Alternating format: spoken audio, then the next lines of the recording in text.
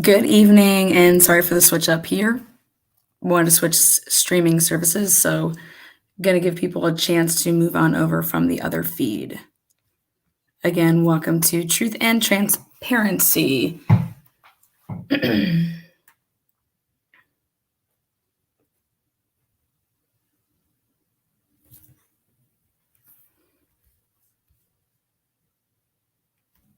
You are at the right place. Again, gonna give people a chance to get in on the live. Hello to all the members, all the mods. Again, sorry for the switch over. I wanted to switch streaming. Again, welcome.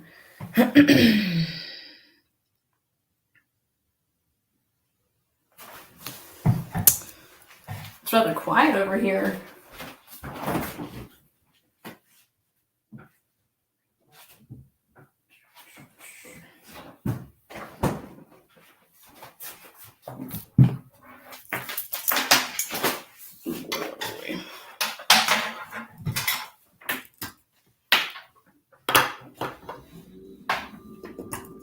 If I could have any of my mods, please go ahead and place this link in that old stream. That'd be fabulous.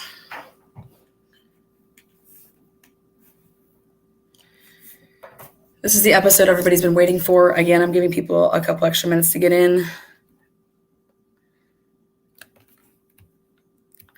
Those of you guys that are watching Truth and Transparency 3 at Gmail.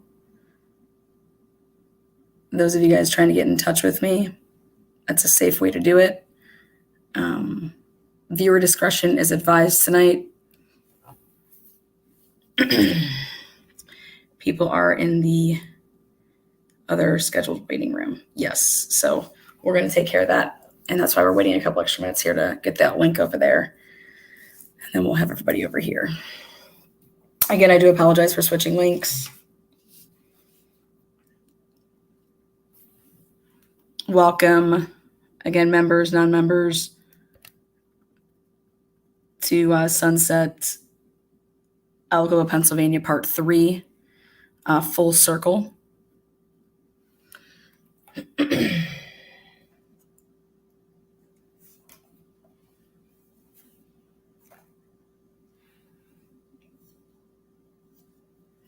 I'm giving people a chance to get over from the last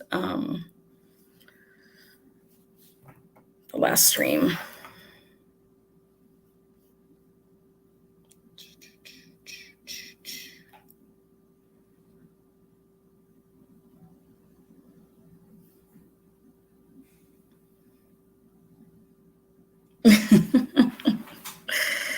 Those of you guys that are watching me in big screen on your television, at times I will be a talking head. At times I will be in the flesh. And at times you will see documents, hopefully. So again, just giving people the last minute and a half here, and then I will get started.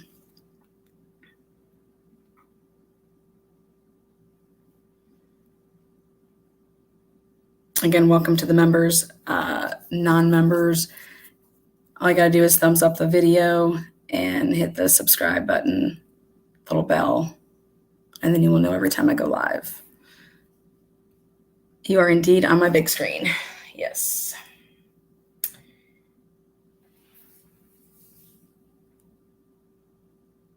A couple house cleaning tidbits for you guys.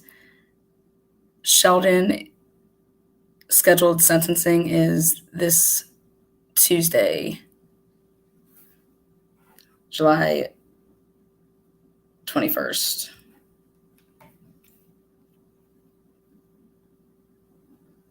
I'm sorry, Wednesday, July 21st, Wednesday. Thank you, published author, for posting. I saw a couple chat names. Somebody is now named Catfish, I believe. Gonna give a shout out to you.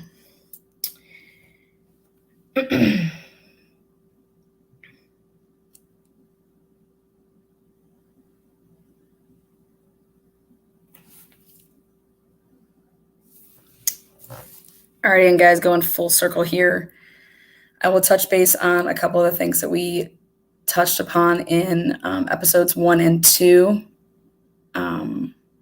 Everything does surround the 48 hours television program.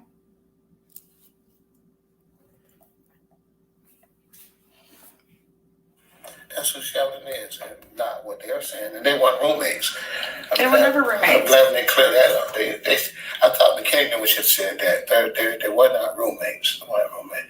Tyree haven't been about a year, and he come that day. That's what I was trying to say, is all the things that happened that day. It's like collecting a dot, you know? It's like, what are the odds that Pew comes over, you know, and you guys go get ice cream? And, Sonny did. Yeah, exactly. And then he was murdered, like literally within hours. Like when you got basically dropped off, he was dead within 2 hours. Yeah. That's it. So whoever staged it real good. Yes. Whoever staged it really good. Again, making this come full circle.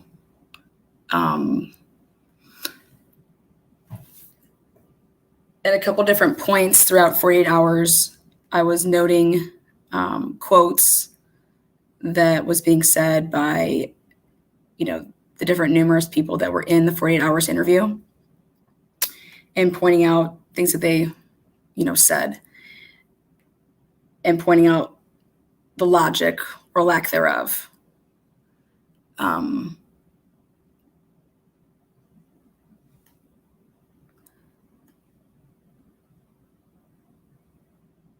The thing that I left off on was everything to do with the night of the murder, and for Rachel's case, as well as for Sheldon's with Pew. You have to ask yourself if you think that these two cases are related. And clearly some people are going to say absolutely not. And there's going to be others that say absolutely. And then you're going to have others that are going to be in the middle and being like, I don't know. With that said, both Rachel's case and Pew's case talks about a timeline of minutes, seconds. Everything has to do with literally upon minutes of using surveillance cameras, using text messages in Rachel's case. And so let's go and talk about Rachel's case with the 48 hours. And you have to ask yourself, Lauren drops off Rachel. Lauren says that she watches Rachel normally go into the house, possibly walks her up to her door. But on the night that she was murdered, she doesn't see her go inside. But she says she made it to the door. And then I mentioned that they had motion censored lights. So people that have said, well, the perpetrator was waiting in the backyard or on the side of the house right by the door. When Rachel would approach and walk up to the house, that light would come on, lighting everything up at that door. Rachel's body was not found at that door. Rachel's body was found down at and behind her Range Rover.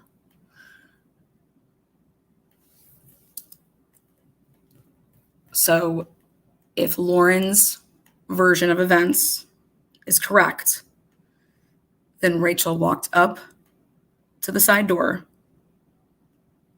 and then for whatever reason walked back down to the bottom of the driveway. Now, when Lauren left, they were texting in the vehicle.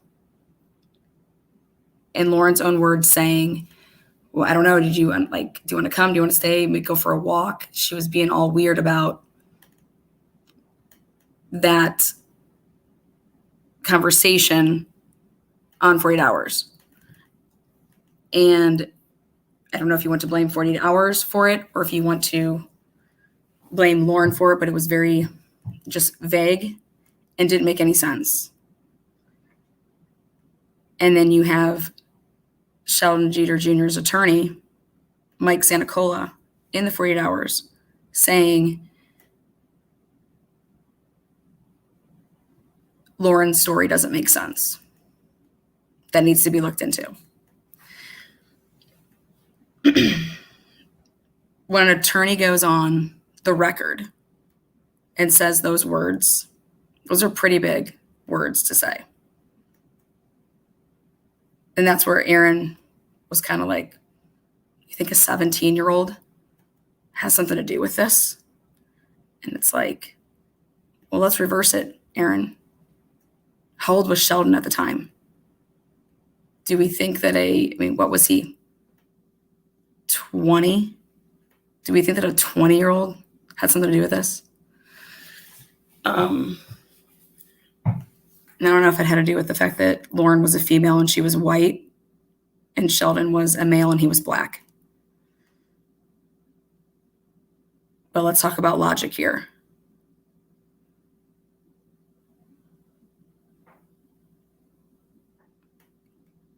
If Lauren was going to go back and hang out with Rachel, why didn't Lauren and Rachel and the person that was in that car with them, why didn't they go all together and drop off Tyree and then come back to Rachel's house? Now, that is the logical thing to do. If you were, in fact, going to hang out that evening further.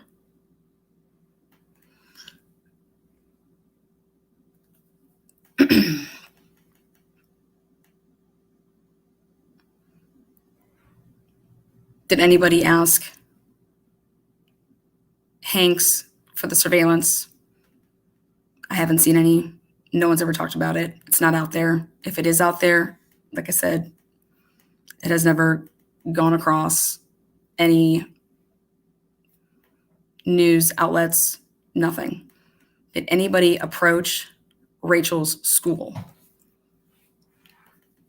and ask, why would a teacher be put on paid suspension if there isn't an active investigation?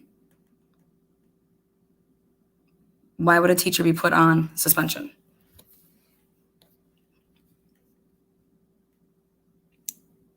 Please hold on.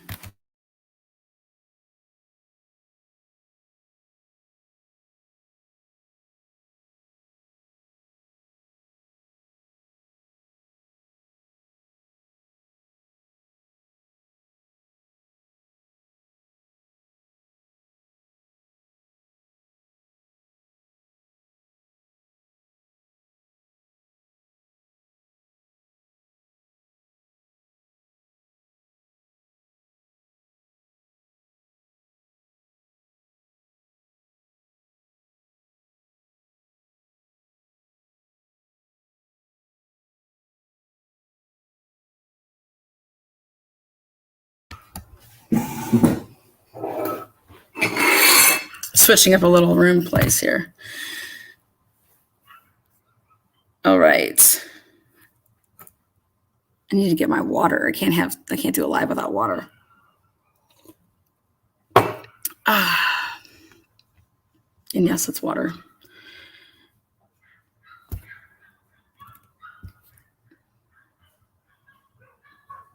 Okay. So the only narrative that Aliquippa, Pennsylvania knows, the only narrative that Beaver County knows, the only narrative that all of us know is coming from one source, and that's the Beaver Countyan. Period. Did the Beaver Countyan go to Rachel's school and ask, why would there be a teacher on suspension or paid leave during a quote unquote an investigation into the alleged, incident? Well, that happened in November of 2017.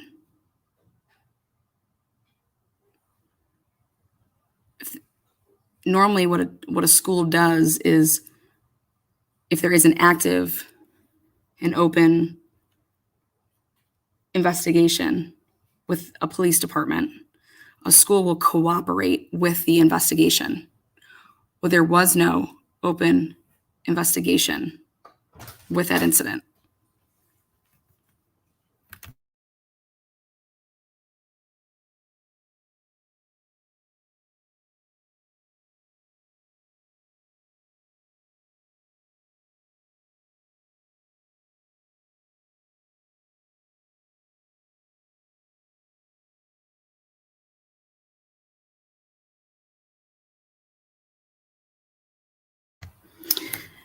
Did the Beaver Countyan go to Rachel's school?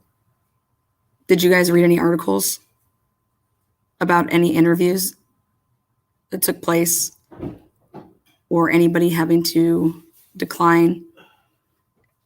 And then if they said the words, no, we're cooperating with an active and open investigation, well, then where is the comeback that says, well, there is no active open investigation into that incident in 2016?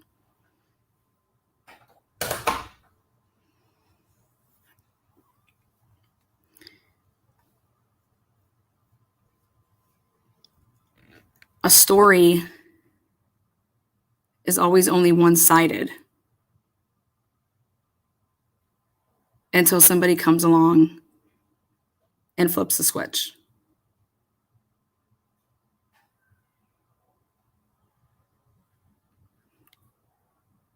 The Beaver Countyan is solely responsible for all the beliefs that anybody that's followed all of the news out of Beaver County. Do we know anything about Pugh? Do we know anything about Pugh's family? Do we know really anything about Sheldon? Has anybody from the Beaver Countyan talked to Sheldon? And the answer is no.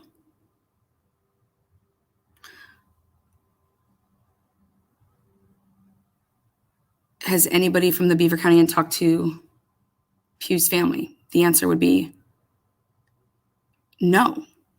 Have you seen, out of the 100 articles that have been written, does anybody know if Pugh was married? Has he had children?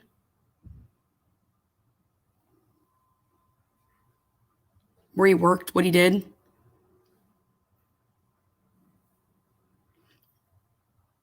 The Beaver Countyan is responsible for this narrative, the narrative that you guys have all read, whether it's been 48 hours, whether it's been being a member on the website. And then you have all the news outlets in that area that just piggyback and write whatever the Beaver Countyan writes.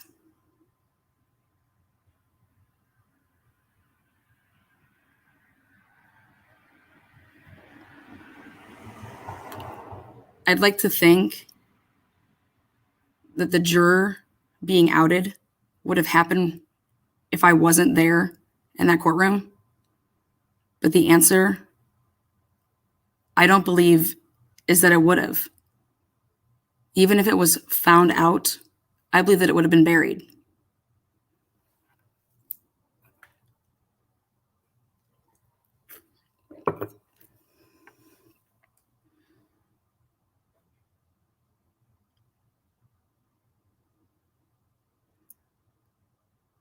everything that has to do with this case, Pugh's case, and Rachel's case, has it ever been questioned?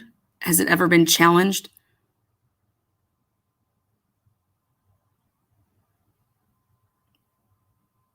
What's the narrative? Who has motive to keep their narrative intact?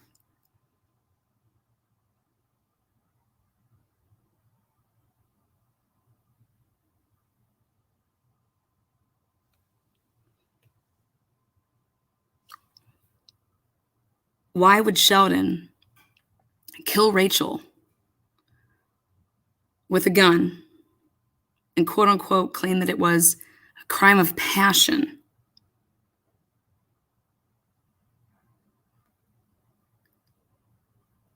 Back in 2018, on Mother's Day, and then go home, but not bring the gun home that time. And then 2 years later, decide he's going to kill Pugh, but bring the gun home and put it underneath his mattress and lay with a gun that just committed a homicide.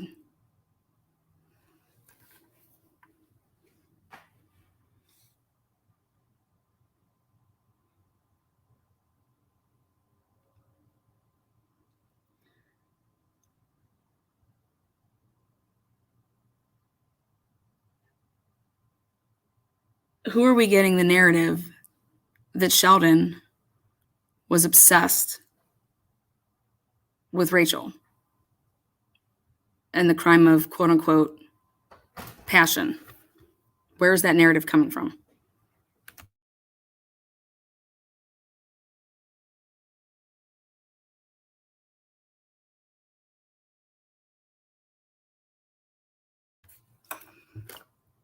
Does the narrative change if Sheldon is actively sleeping with multiple women?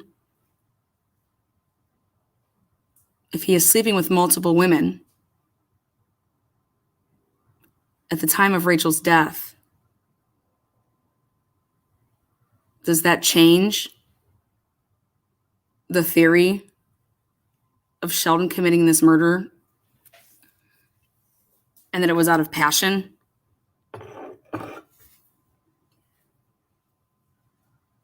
Did the Beaver Countyan go around and try to interview anybody that was dating Sheldon to see if he was dating people?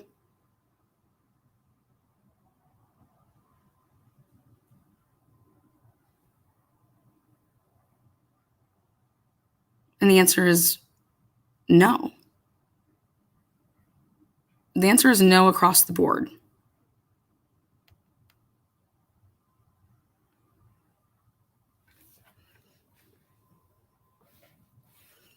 Go back and check every article in the Beaver Countyan that is about Rachel's death and who's quoted.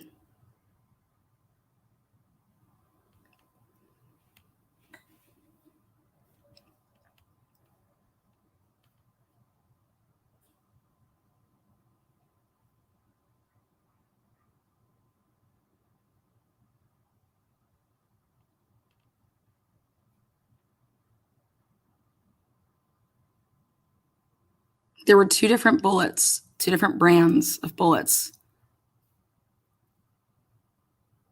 that were found in Pugh.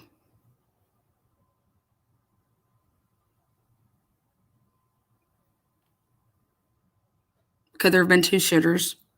Could there have been two people?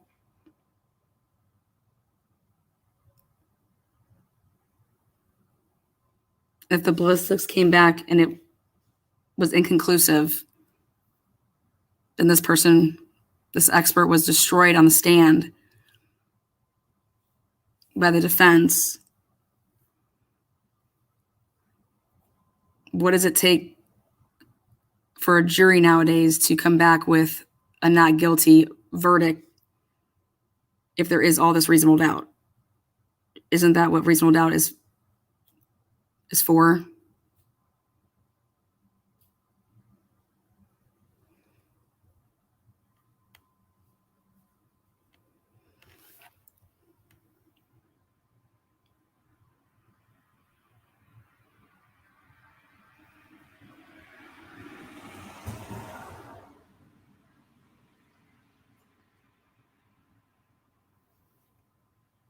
How do you arrest Sheldon within 24 hours or less of the homicide and think that you've conducted a thorough investigation?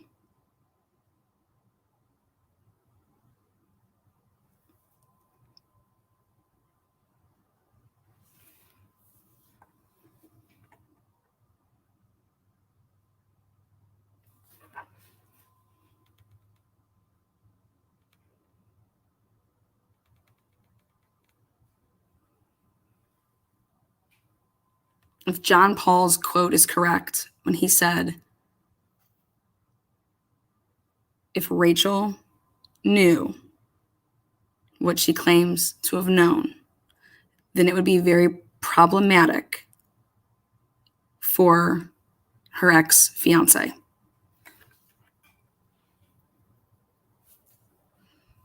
then it was never talked about again.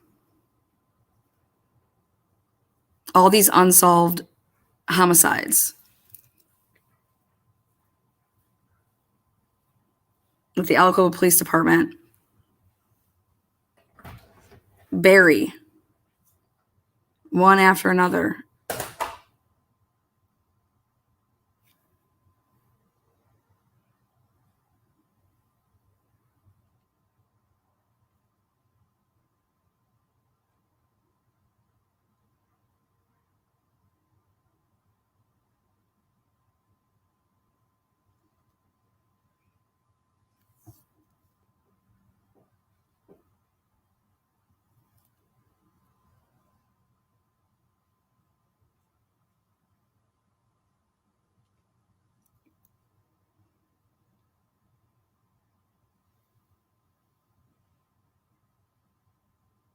If you were being harassed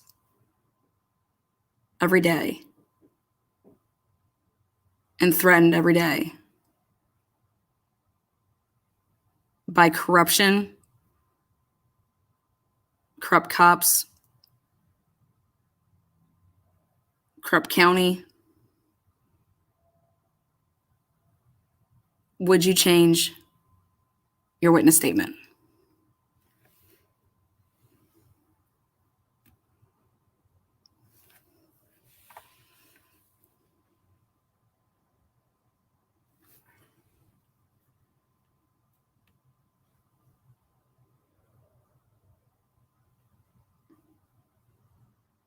Sheldon's lawyer said the only person that knew when Rachel would be home was Lauren. Lauren, Rachel, and Tyree Jeter. They were all in that car together. It was the only people that would know when they would be getting to wherever they were going.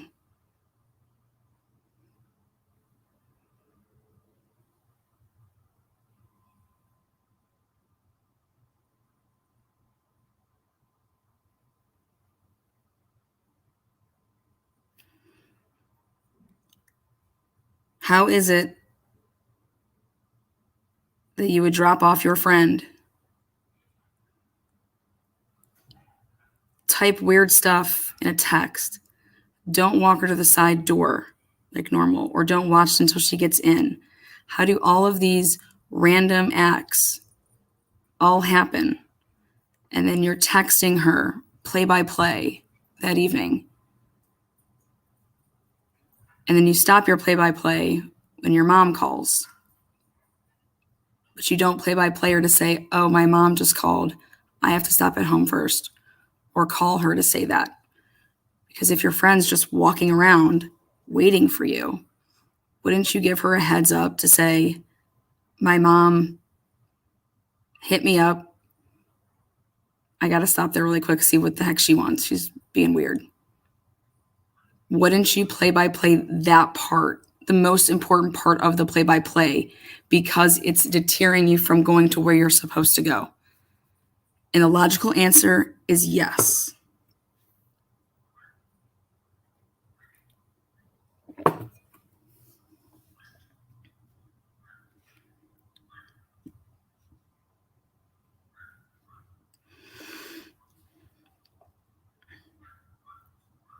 Also, in both of these situations, okay, situation one is Rachel's death. If I'm a mother, which I am, and I just heard that there was a shooting, and if I'm Lauren's mom, there's no way I'm letting her leave the house and run. I mean, the shooter could still be there. I mean, you don't know. I mean, I wouldn't want them going over there.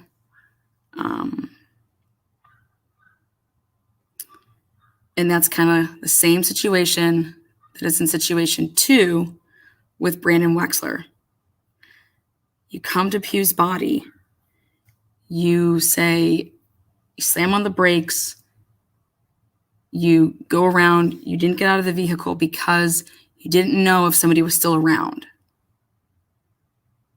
And your words were, I didn't know if the shooter was still around. But then you go back up, but then you go up to the top of the hill, grab two people to then turn around and go back down the hill, back where this quote unquote danger is.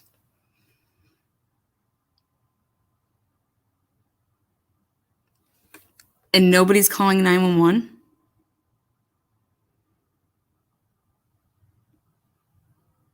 Nobody phoned 911. That's not logical. If you saw a body in the middle of the road and that there was blood.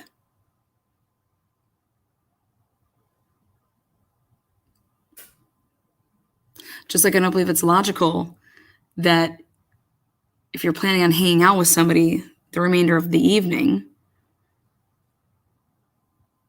and that you just didn't want your friend to know you were going to hang out further, you'd all act like you guys were all going your separate ways, but you would drop it off in the opposite order.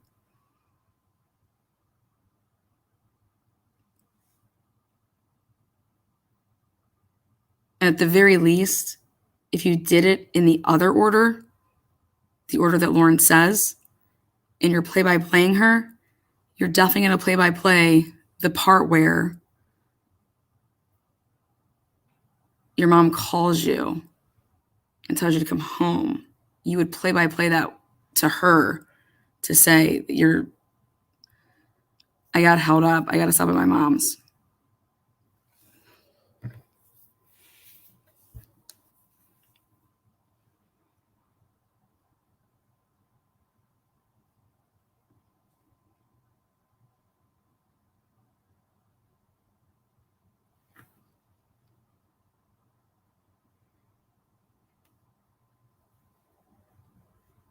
And then let's talk about Mr. Watkins. Mr. Watkins somehow, some way manages to find himself involved in some capacity with a lot of things that have gone on in Alcoa, Pennsylvania, with quote unquote incidences.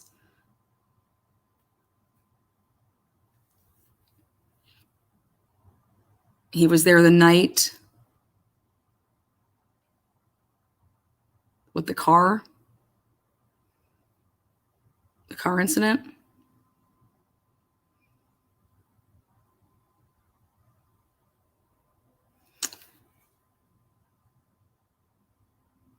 He was right on scene with Rachel's death.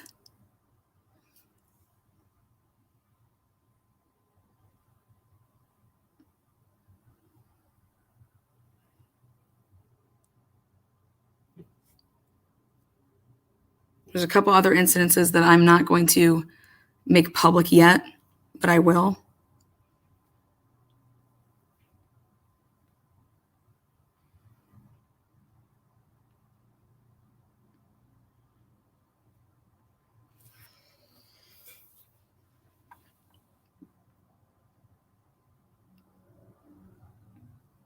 All any investigative journalist has to do is ask some questions and be trusted. Trusted with the truth. Trusted to actually going to do something and not, oh, well, they're just going to do it this way. Or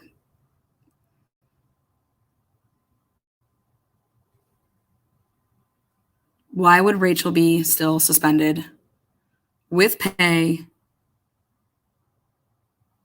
during a quote unquote investigation when there is no investigation?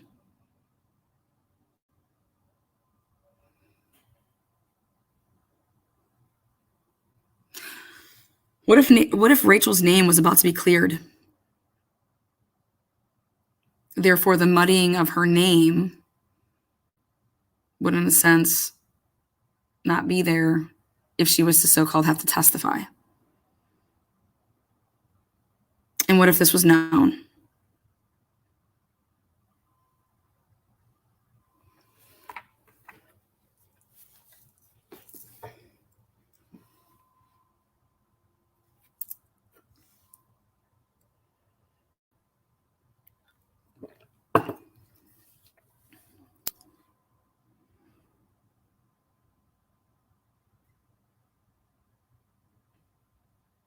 Did the police officers ever ask Rachel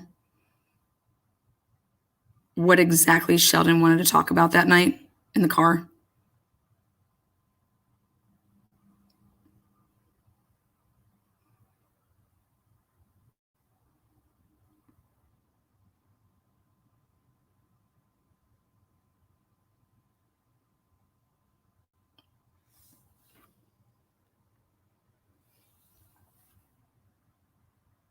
Has Sheldon ever publicly said that him and Rachel were in a sexual relationship? Has that ever been publicly said out of Sheldon's mouth? And the answer is no.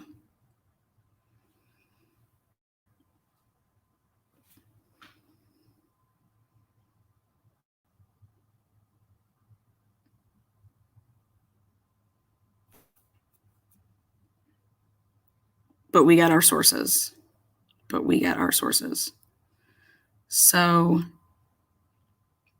again, if the same source is good enough to tell you that Sheldon's uncle says, hey, they were sleeping together, and that's good enough for you, then it should be good enough if Sheldon's uncle says that Sheldon didn't kill anybody. You can't have it both ways.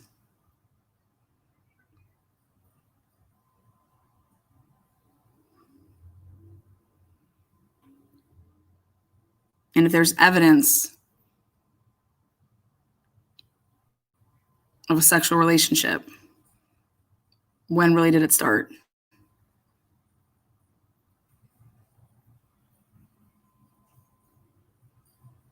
And is there evidence of Sheldon being sexual with other people?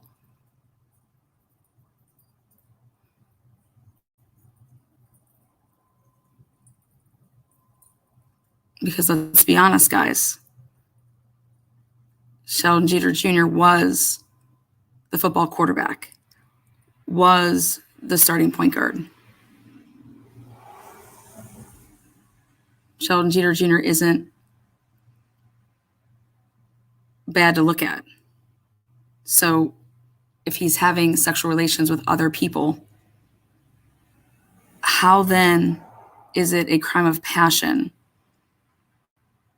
if Sheldon was to commit Rachel's murder?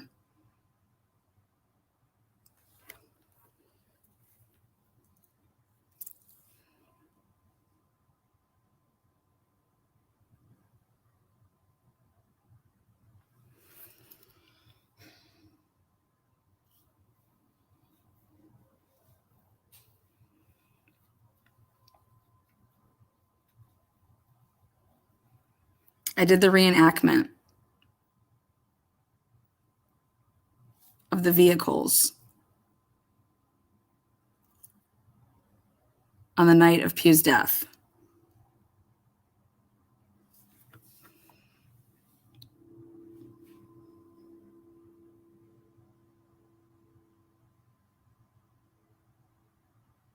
And not only were those reenactments show different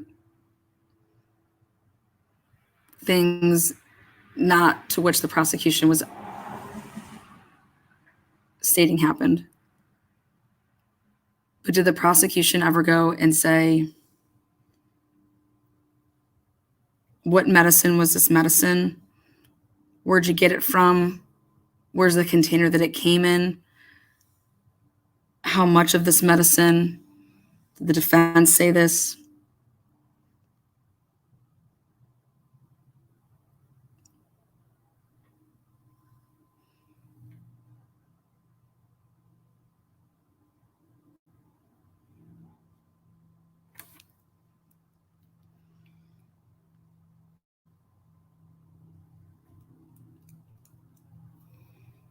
The only narrative that Beaver County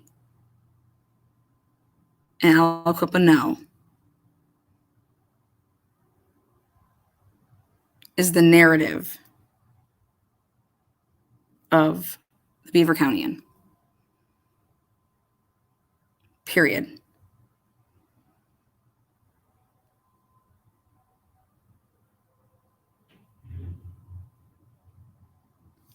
And that's a one-sided, one agenda. And that agenda is Sheldon Jeter Jr.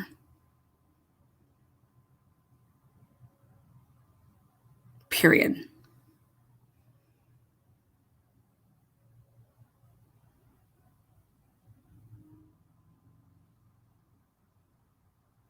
All roads do not lead to Sheldon Jeter Jr.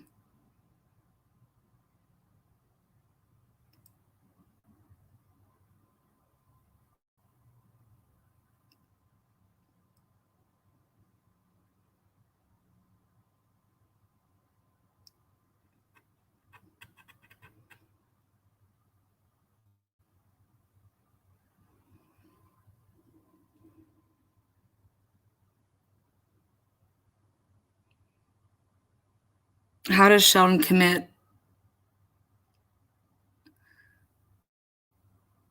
a masterful mastermind in 2018?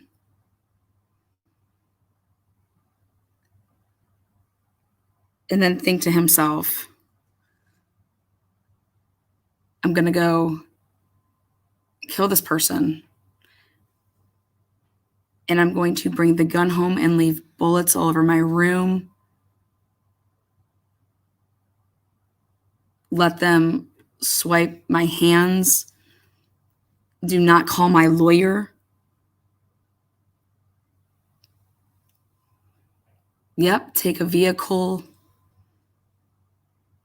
Take the cameras. Oh, and let's talk about those cameras.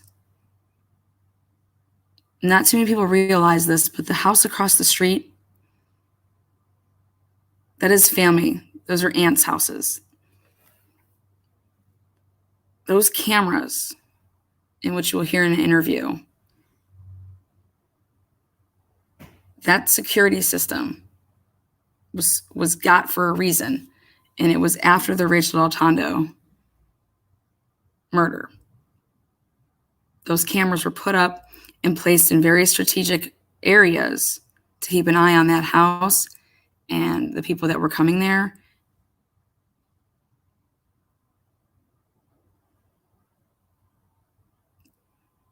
And Sheldon knew that.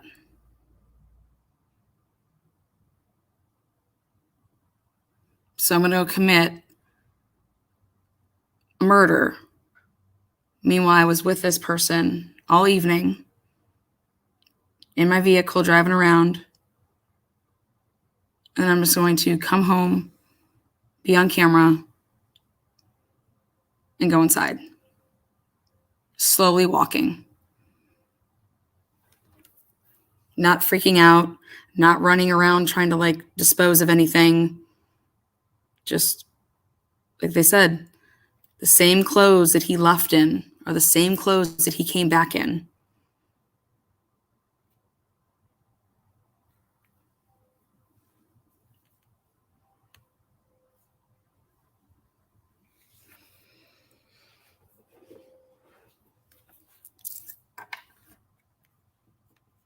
And then here, a gift from God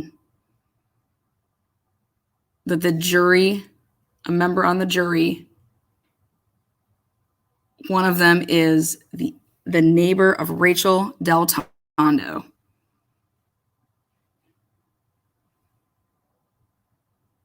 Now, right now, you can see it's a gift from God. But before, was she very vocal in deliberating? What was her relationship like with Rachel? Did they hang out?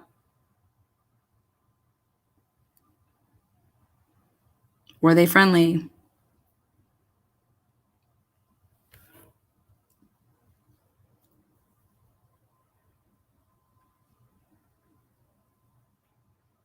And you're going to sit here and tell me that the prosecution, a small area, prosecution, the police, law enforcement, nobody knew that that was Rachel Del Tondo's neighbor?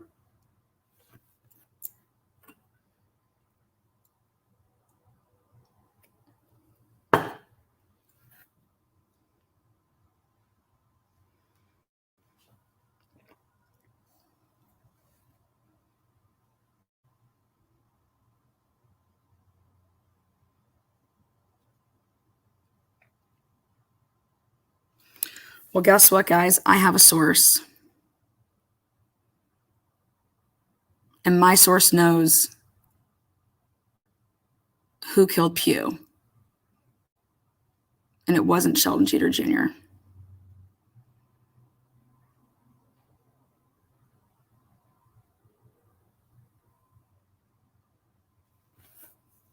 And that's facts.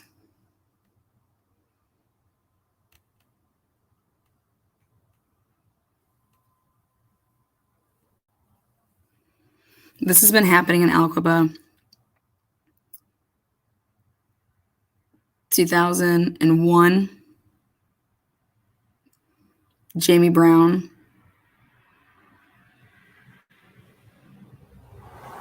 was convicted of third-degree murder for an Alcoba police officer. Jamie Brown was set up.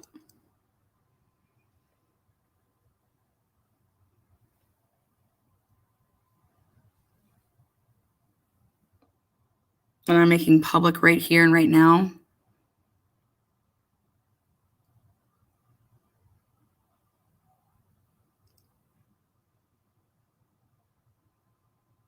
that I have talked to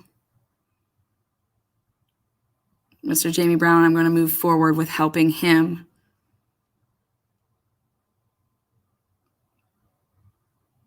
and working with any way possible with his attorney.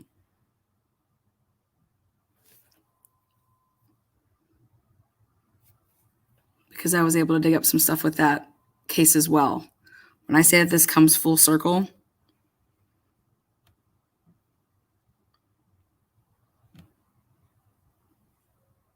it comes full circle because there's a machine behind it.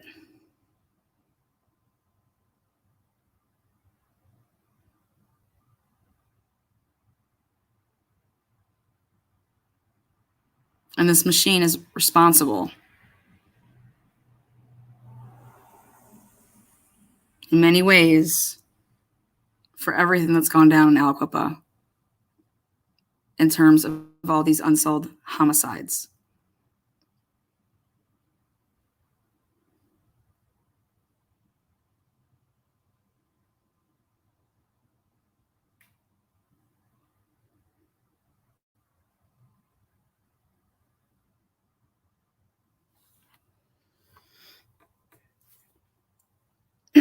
I'll take any questions.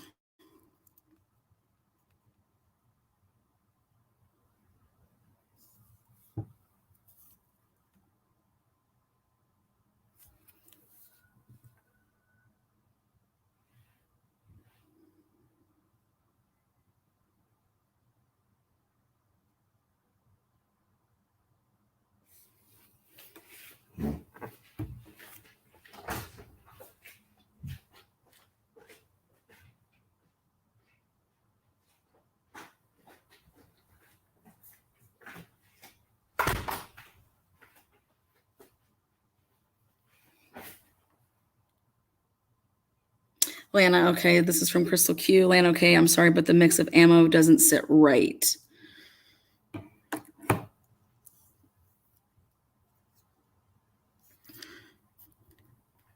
Well, what doesn't sit right with me about the ammo is that there were bullets that were used that night, and there was none of those were in Sheldon's bedroom. So out of the 7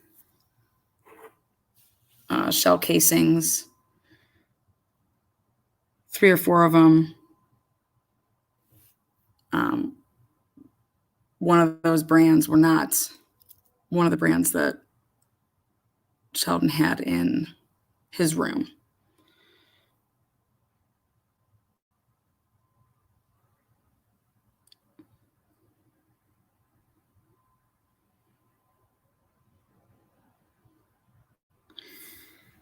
There were Madison.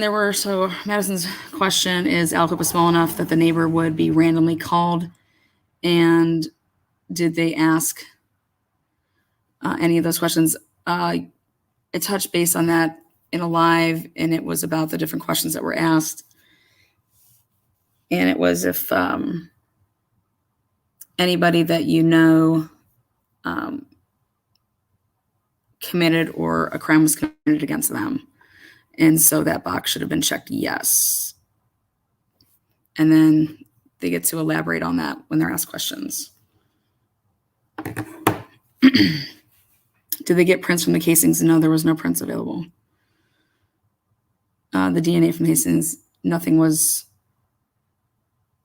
It's usually hard to pick that up on casings anyways. But I will say that those of you guys that have been keeping up with the news, just yesterday out of Massachusetts, there was a gentleman who I guess was having sex with a horse or vice versa, or any way you want to slice and dice it. But they were able to get DNA from the horse and are taking it to the lab. Well, I'm glad that Massachusetts can get DNA off of a horse sexual assault, but beaver can't get their heads out of their asses. But kudos to Massachusetts.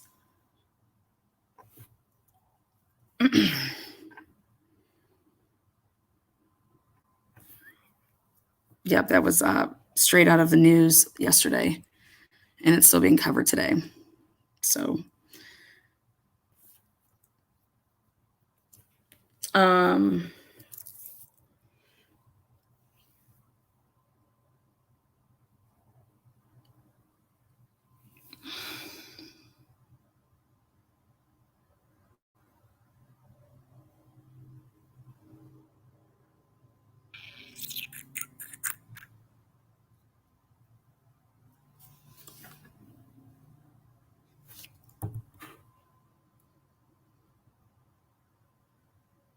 the question is, my question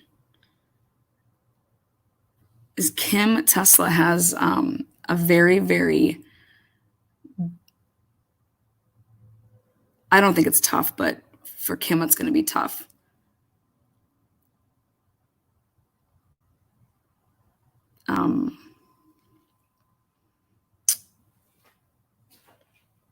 The judge has a decision to make. The right decision is to throw out the verdict and declare mistrial at sentencing due to numerous things that have happened throughout the trial. But obviously the big bomb is your juror member being the neighbor of Rachel Altondo, not forthcoming with that information, depending on the answers that were given, and the judge marrying that juror. The Judge Tesla, married that juror, and that juror was Rachel Altondo's neighbor. And life was going to go about, life was going to just go on in Aliquippa. And it's like, hashtag there's a new beaver in town, because where was the Beaver County in? I mean,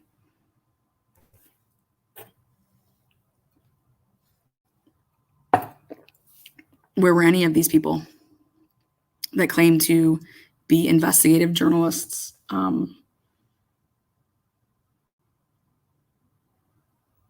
it's very obvious what's going on there. One person is completely controlling a narrative.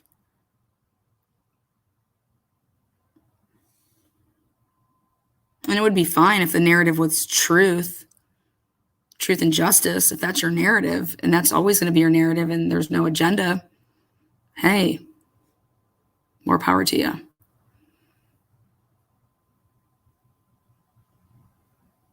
But that's not the case.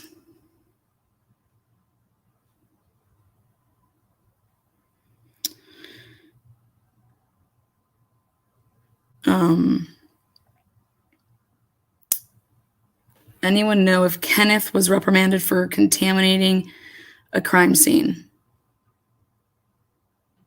I don't know. Everybody in Aliquippa seems to just be put on paid leave. I know Kenneth is working as a patrolman for the Aliquippa Police Department.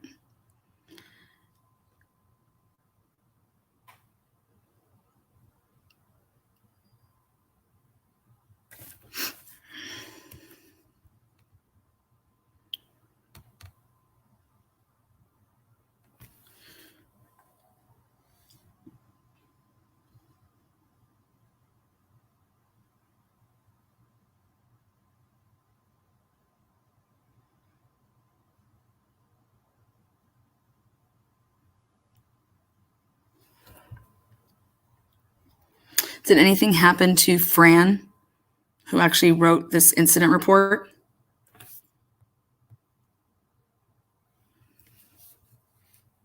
I mean, this got leaked, remember?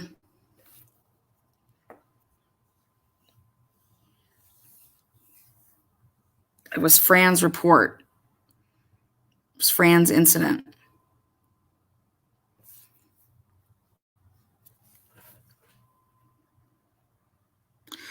Why is Tesla helping to cover it?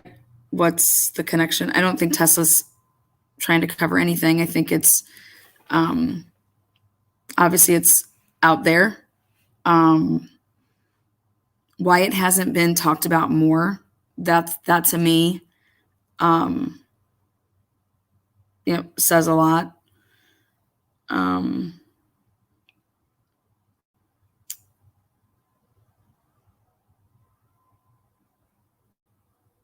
We'll find out if Tesla's trying to cover anything, I guess, on sentencing, what ends up happening.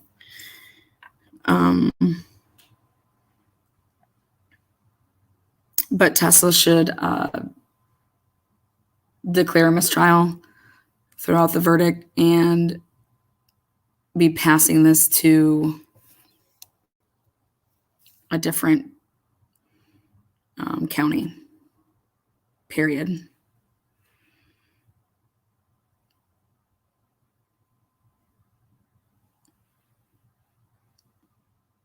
And I think that the media should be pushing for that. I think that those that have been under the Beaver County spell need to wake up and do what you love, do what you went to school for, do right.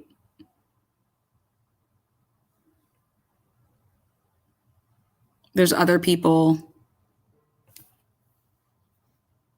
that are good at what they do and in a position to do something, and they need to start doing it.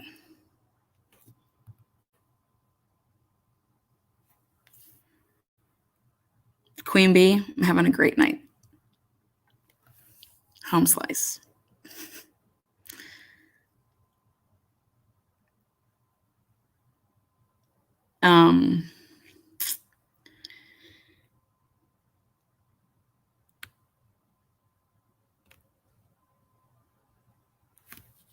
Role playing. Can you give us an insight into the neighborhood thoughts?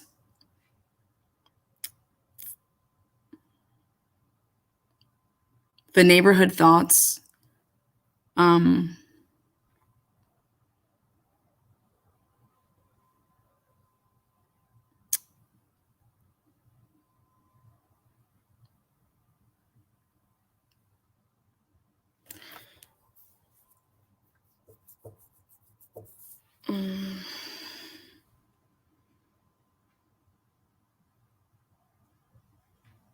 The neighborhood thoughts are that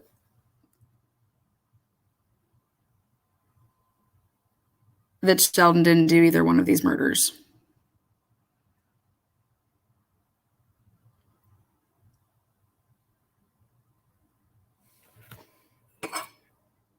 Just like Jamie Brown didn't kill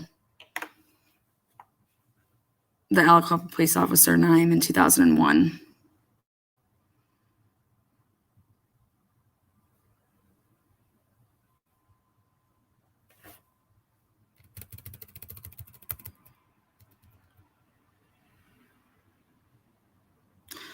Lana, was Lauren tested for gunshot residue? No, she was not. None of them were.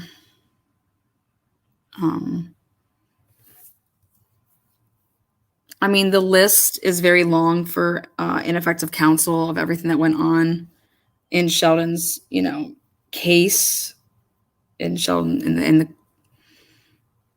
with the defense.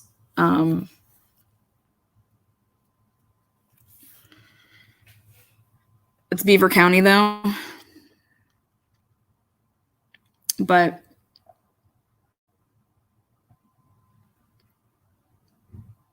when the media stays quiet and the media's only producing one narrative and no one's testing it, and then you can get away with a lot. When you make more noise and you get the media really pushing for certain things, and you're being watched. Don't think for a second Beaver County isn't watching right now, because they are. That's why I'm being extra careful on how I word things.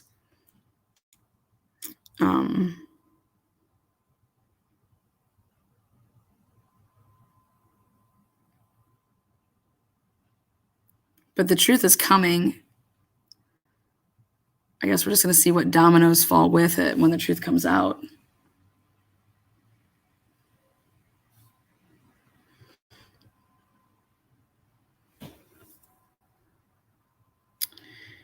Yeah, she was the last to see her alive. Yep.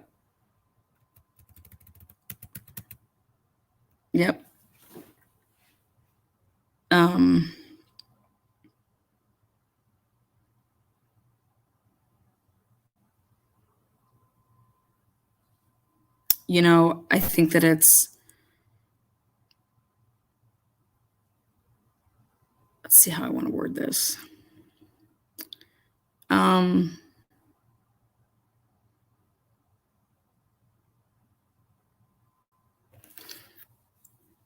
After someone's death, there have been times that people, like therapists, have been subpoenaed. And have been able to testify to things. I know that Rachel was talking to a therapist at the time of her death. And in the months leading up, wouldn't we just love to be her therapist or a fly on that wall?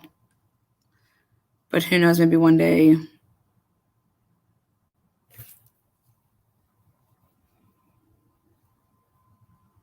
we'll know what was being said in the notes that were taken.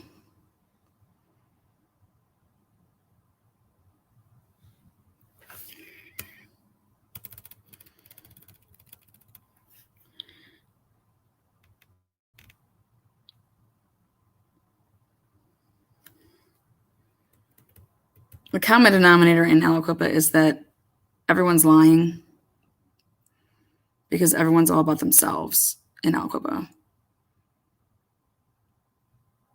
And it could be something as simple as, I didn't want my parents to know that I was trying to bang this dude out. So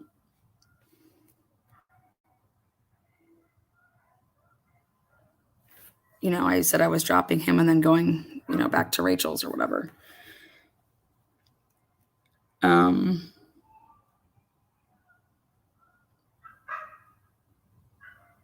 Rachel isn't here to say truly if her and Lauren were supposed to continue to hang out that night. I mean, that's what Lauren says. And if you think about it, all those text messages, they went through after Rachel was dead. Like, Rachel had already been murdered when sending texts like, I'm on my way. There was 2 that got sent within a 5-minute period. How do you not hear gunshots if you're driving away from Rachel's house and within a minute she's shot? How are you not hearing those gunshots while you're driving in your vehicle, only a minute away? She must have been playing that music awful loud.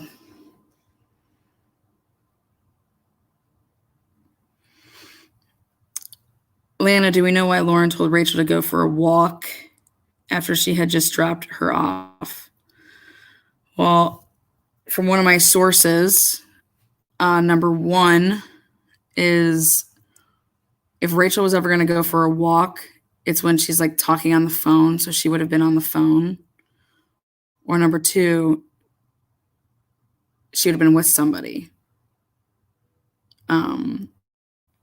She's not just going to go for a walk by herself.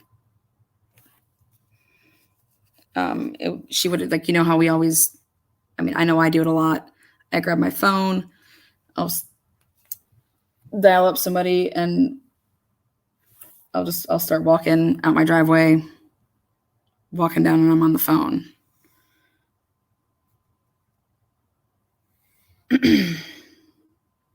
So from my source, everything about Rachel going for a walk or telling her to do that, that's not normal.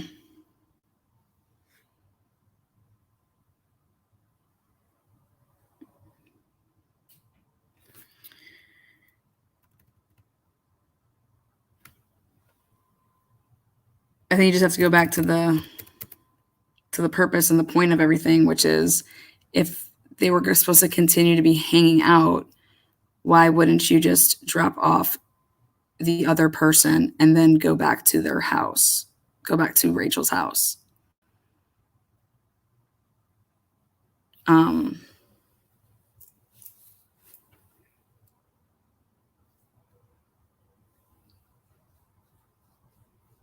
Once again, these where Rachel or where Lauren was headed was only maybe a 5-minute drive. And I think I've said it before, and I'll say it again. if you're going because you're trying to hook up with this person, I wouldn't think that you'd be saying things like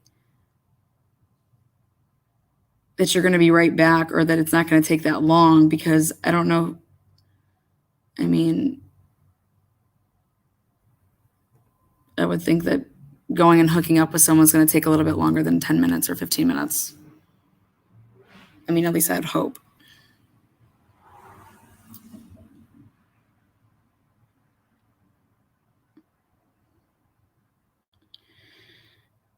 If Lauren saw her get to the side door, what caused Rachel to get back down to the bottom of the driveway? Mama 3, great question. And the most logical answer I have for that is if you forgot something in your vehicle when you're pulling away. Oh, hey, snap, like, I left my phone in that car, or I left my purse in there, or, you know, the person that was driving the vehicle realizing, oh, hey, Rachel, you left your phone, or hey, Rachel, you left your purse. And then if that doesn't happen, then before she would have entered that door to go inside, somebody within, seconds would have had to pull up to say, hey, Rach, like to get her attention to come back. Unless, because Rachel is a smoker, unless Rachel was smoking a cigarette out by the side door before she went inside, which, was there a cigarette by the side door? Leave it up to the Elko Police Department to, because remember, it was a motion light. So when she would walk up to that door, the light is going to go on. Therefore, anybody that would be standing there, would have been visible immediately when that light would have went on. And I would think it would create like a scream, like and none of the neighbors claimed that they heard any, there was no altercation. There was no, yelling back and forth, like screaming or anything like that.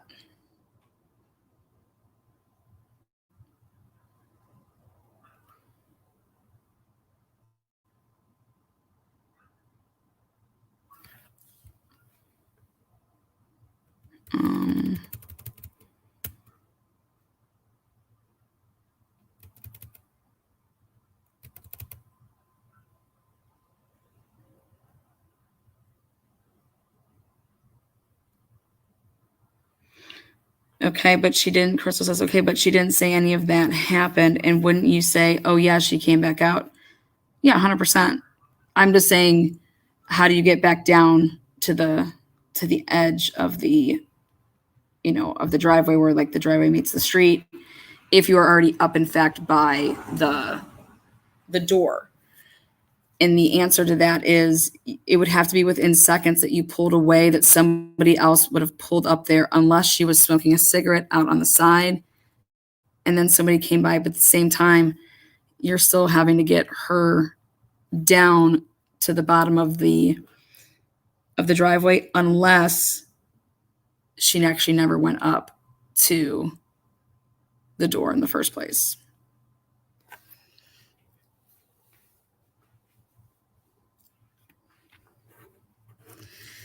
I guess my biggest question is, they use a ton of surveillance to say that it was circumstantial evidence that basically arrested Sheldon, because his vehicle is seen leaving that area on Keel Street just,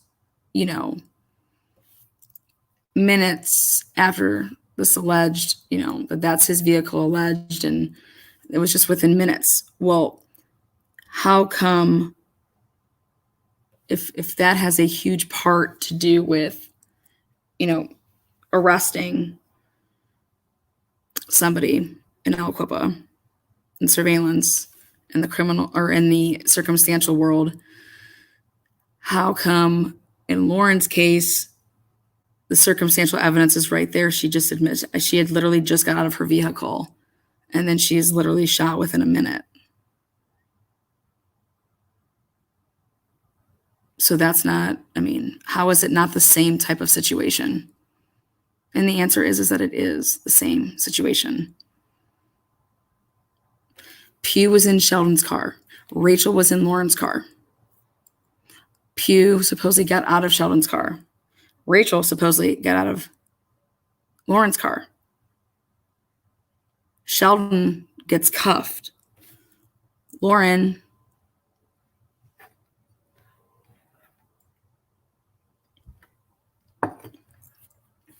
Sheldon was interrogated all, within hours, 4 hours, and then brought back down to the station and lured in a shitty manner. But again, they took his vehicle. They wiped his palms.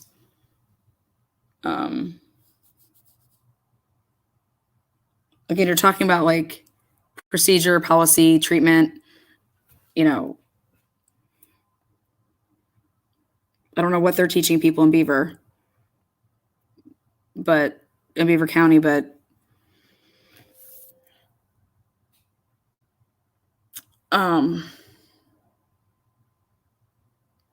even if there wasn't corruption, not too many smart ones driving around with sirens.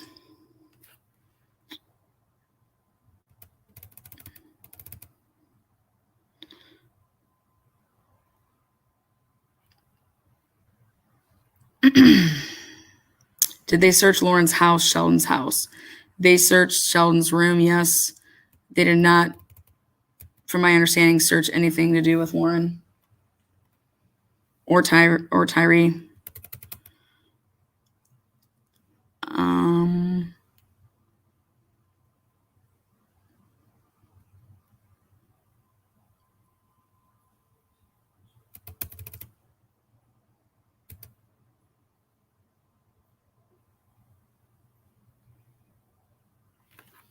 See, my big thing is Lauren was treated as a witness/victim. Sheldon was immediately treated as a suspect. My big thing is this. If Sheldon was supposed to go and get ice cream with them and he supposedly got left, don't you think Sheldon would know who all he was supposed to go get ice cream with? If in fact there was plans for him to go be getting ice cream with people, when he has to ask Lauren and Tyree who you all with, like, what? Last time I checked, I wouldn't be saying who you all with if I knew who I was supposed to be hanging out with and if they ditched me. Like, oh, the critical case here. So, I mean, when Sheldon's asking those questions, when he says, "Oh, I got left," that wasn't found on Rachel's phone. That wasn't a message from Sheldon to Rachel. Mr. Beeve. Those messages were from Sheldon to Tyree, from Sheldon to supposedly Lauren, which I've never seen those messages, any text messages from Sheldon to Lauren or any DMs from Sheldon to Lauren and Lauren to Sheldon. There's nothing that shows any of that. The messages that were seen that night where Sheldon is asking, his half-brother, which again, you have to understand the dynamics of all of that. People assume automatically, like, oh, half brother, they have to be close. Like, no.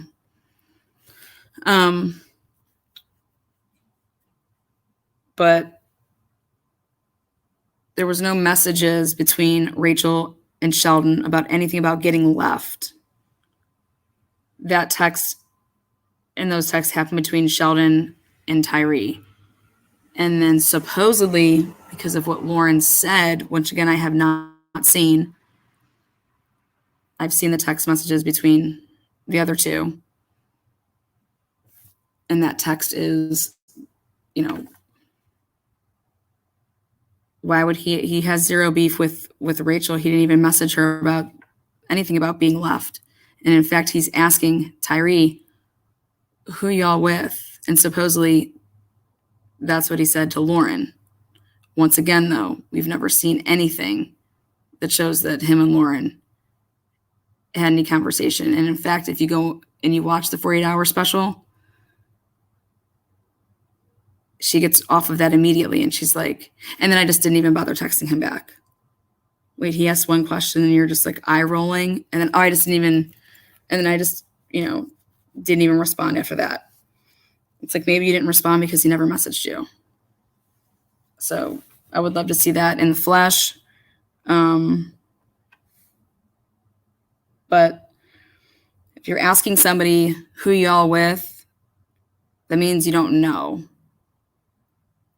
who they're with, unless that's code.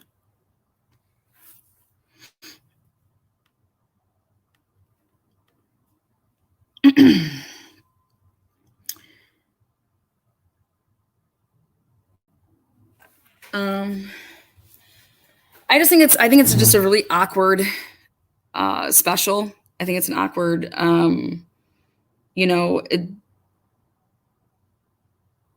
it's very clear what the narrative is.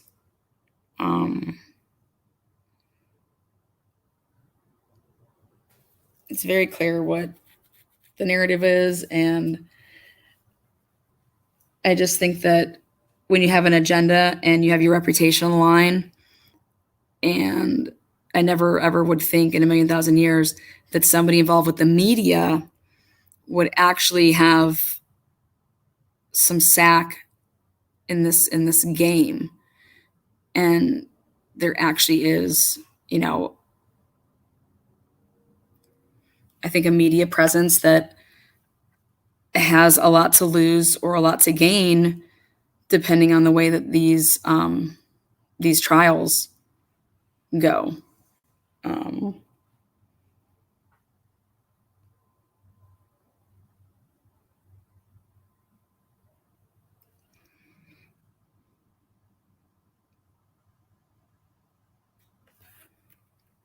What's up, Critical K? Best live ever? Of course.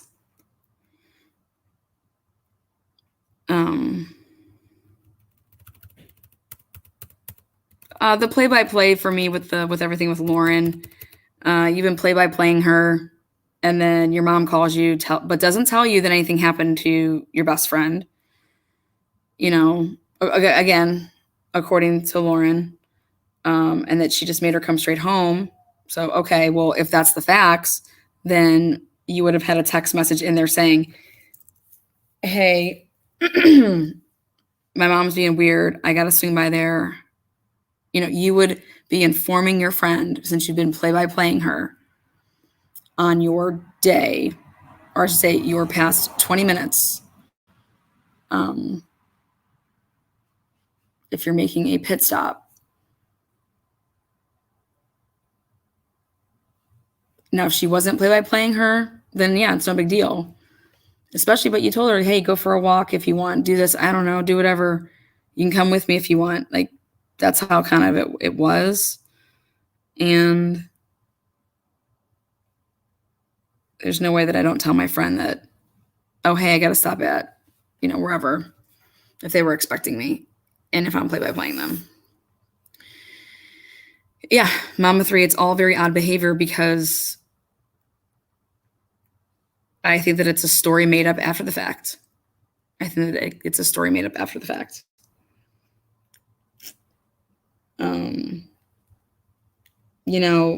The mom, Lauren's mom, Stephanie, there was a subpoena. I mean, they got into her Facebook.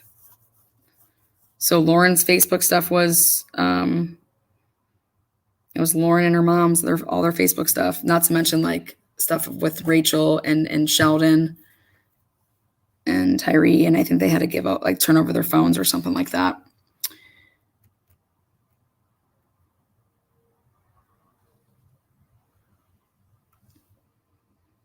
I guess Mike Joplin says, my biggest question is, why was Rachel in Lauren's car?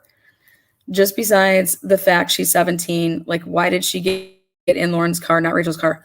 Well, my very close source, Rachel was in Cleveland that weekend and came home early. So I know when I do a lot of driving, the last thing I want to do is drive. So could it have been that she got in Lauren's car because she had just, drove that weekend, making a road trip? I think that makes sense, but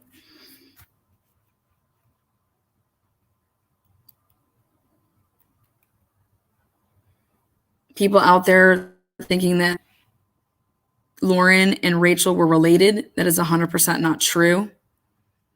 There is no blood relation between Lauren and Rachel.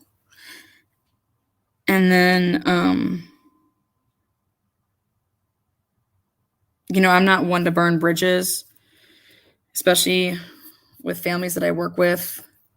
And I guess I have a really big question, which is, why would the Del Tondo family feel some type of way towards the Beaver County Inn?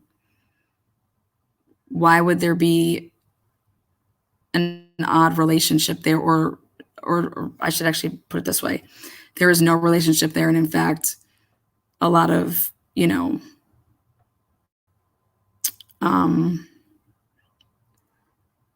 just not good. There's not good blood there right now. And I find that very telling. I find that very interesting.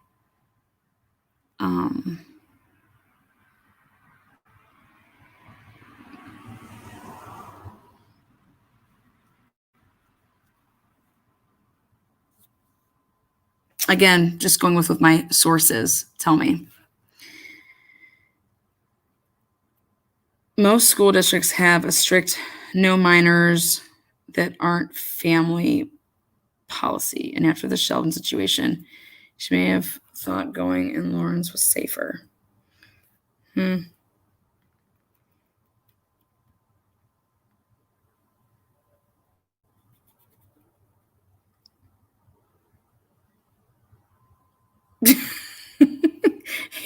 Beaver. Just so we're clear, Lauren was not in high school at the time. She had graduated early. So she wasn't like, she did not go to Algaba high school. Rachel was never her teacher. And Lauren and Rachel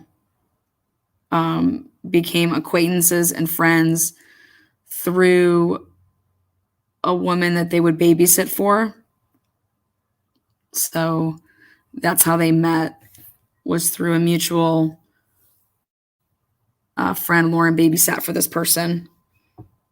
And Rachel, it was Rachel's friends. So you know how your friends just, possibly even like the godmother to the child.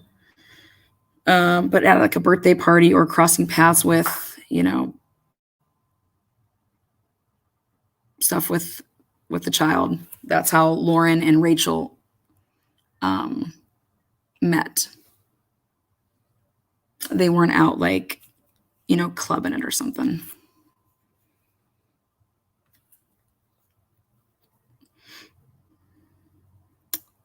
A 17-year-old girl would be jealous and feel insecure knowing The boy you're sleeping with had sleeping with Rachel, who's beautiful. Okay, so I guess what somebody is trying to say here in chat, love, is people are assuming that Sheldon and Lauren were having sex. Is that? And all I can say is that's I cannot I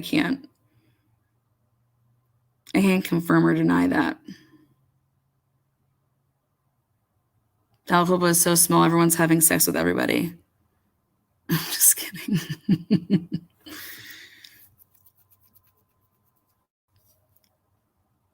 Doesn't matter. I have very close friends that are teachers and have never taught my kids. I had to sign a waiver for my kids to be allowed to hang out with them. And my kids are homeschooled. Well, it goes back to that whole incident report. I mean, when you got lazy people and people not doing their jobs and people not being held accountable, you can pretty much do what you want, I guess.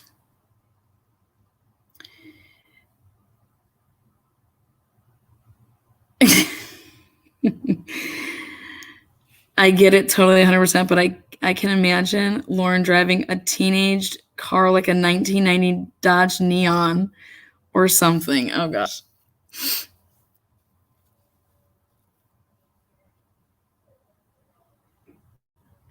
Yeah, this is Crystal Q. Yeah, someone came on at the beginning saying that Sheldon's lawyers made a public statement saying he was having sex with both Lauren and Rachel. That is not true. That is not true. That quote's never been quoted anywhere that Sheldon was having sex with Lauren. And in fact, a couple of different. Now you have to remember, guys.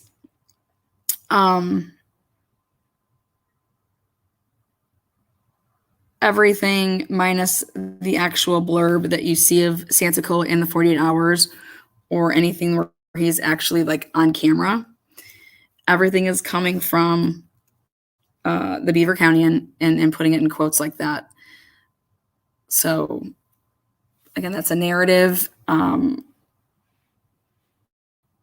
I think that calling somebody a frequent flyer, that's language that I don't think I would use after somebody had, just been murdered. I wouldn't be saying those things, especially if I couldn't prove those things. But then again, my sources tell me this. Well,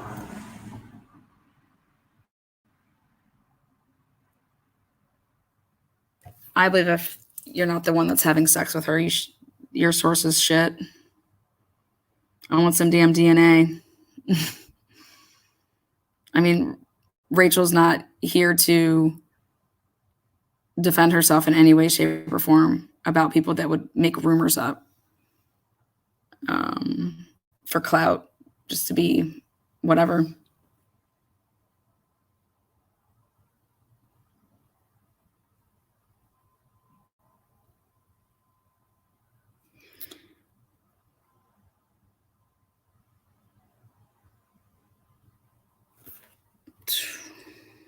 Why didn't they do more about Sheldon being found on the side of the road unconscious?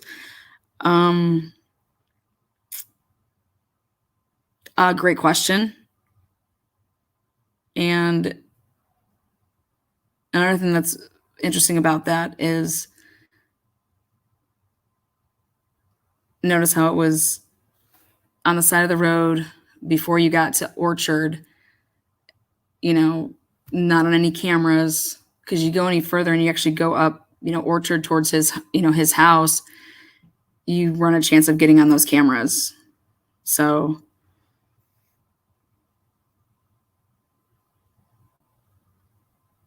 again, I just think that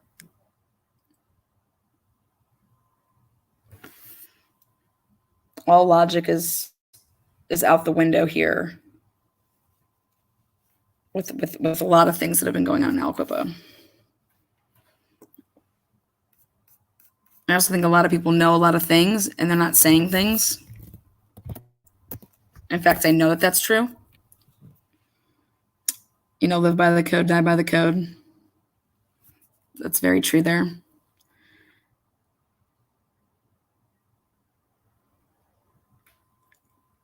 May I ask, in your opinion, allegedly, who may or may not have killed her, as in we know as 100% not Sheldon? Well, I think that Beaver County is most certainly ready to arrest Sheldon for this, for Rachel's death.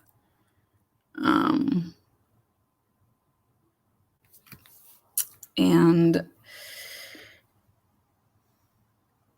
it'll be interesting if that changed over the past couple weeks due to other circumstances that put a little dent in their plans.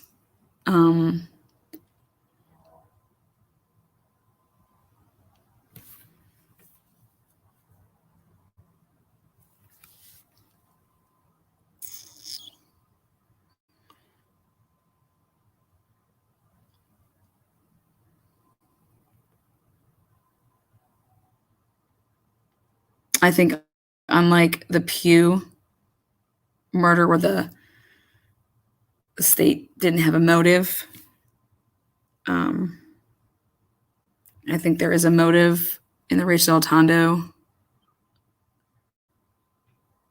murder, and it is not crime of passion. And I'll be happy to put that on record.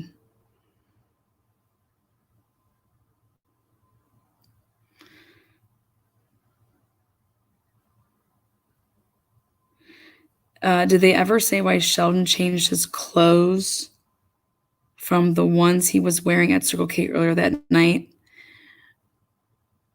Which incident are you referring to? Are you referring to the night of Rachel's death?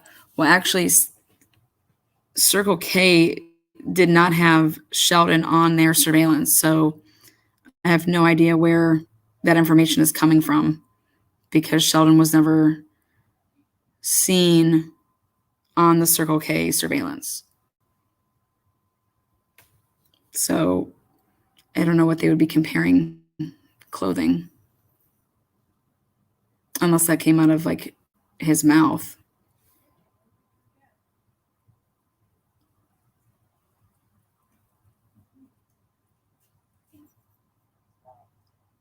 They had the ability to go in Sheldon's home and take whatever clothes they wanted from his room.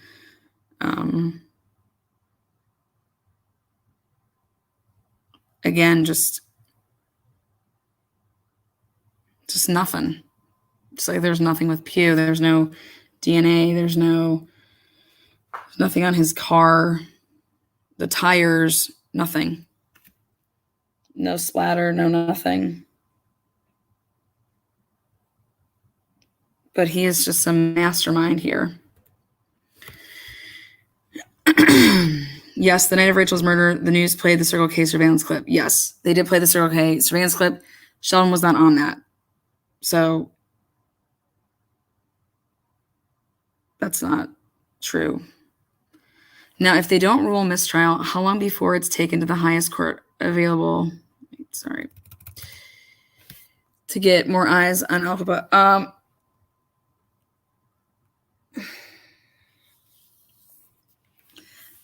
They have a couple different avenues if the right thing doesn't happen on the 21st. It's just really important that everything is filed correctly before sentencing and to preserve all of the efforts then after and for the post conviction, everything that would come after post conviction.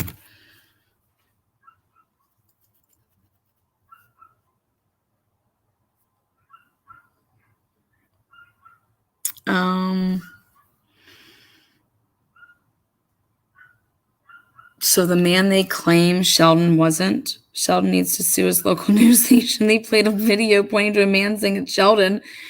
Please email me that video.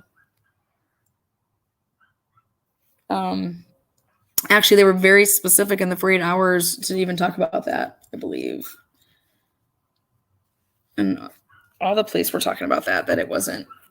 He never came up and was never him. He claimed that he saw Rachel at the Circle K. But then when they ran the surveillance, they see, Rachel and Lauren in Lauren's vehicle, but that there was no footage supposedly of Sheldon.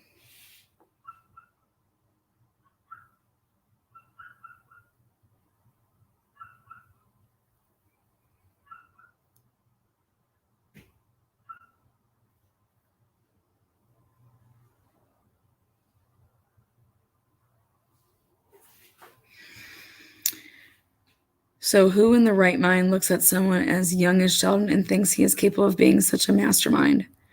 I'm not insinuating he isn't smart, but come on, a kid isn't pulling 2 murders off.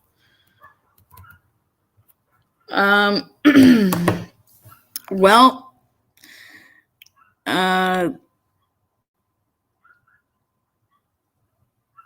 the track record for the Alcoa Police Department, and now, PSP, how many unsolved murders are there in the area?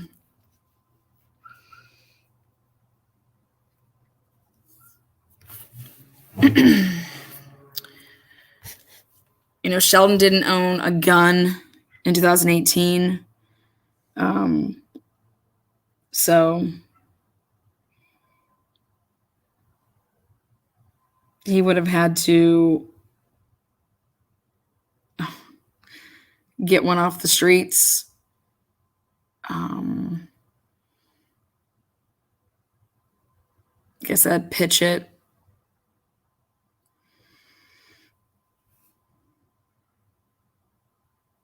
Manage not to, it's just.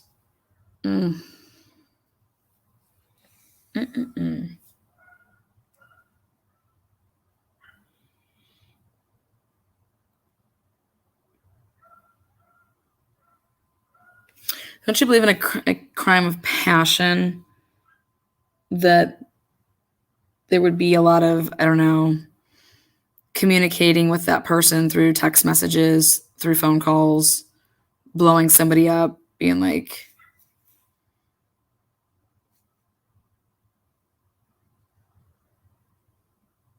where are you? What are you doing?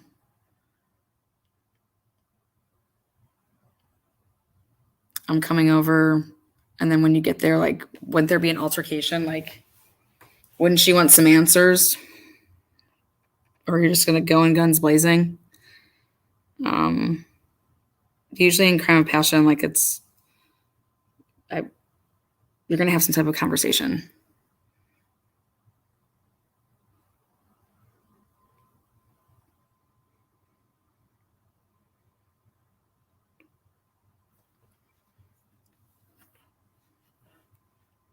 Besides Chris Watts, most masterminds have prior records. Yes, and that's another thing to touch on. And I'm glad that someone just wrote that. Sheldon has 0 criminal history, nothing. He's never been caught shoplifting or assault or nothing. There is nothing violent, nothing on his record. And so, no domestic, nothing. He was really involved with the church. The night of Pugh's murder, Sheldon had just got a video camcorder and got it for the podcast just so they could stream all of, because that was during COVID. so they could stream, all the stuff with the church. He did Bible study, Tuesday, Thursday, Sunday. Would go to church on Sunday, Tuesday, Thursday, Sunday. So 3 nights, or just, we'll just use the word day. 3 days he's at the church doing stuff with the church.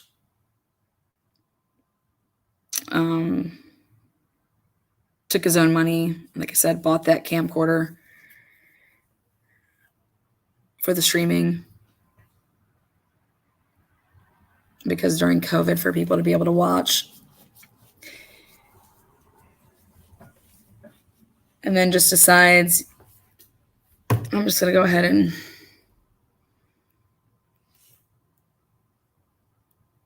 commit a homicide.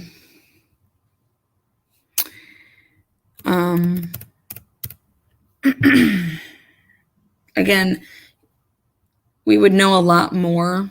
I think the public would know a lot more if the media and the investigative journalists in that area really took it upon themselves to get the story right, to get actually a story. And a story is 2 sides. There's 2 sides to every story. And that just simply is not happening in that town. But there's a new beef in town. So that's exactly what's going to start to happen. And it's already starting. Let's see.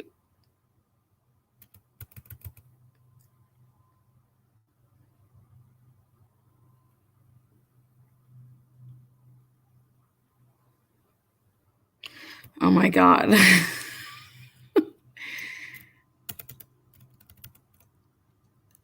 Is this for real?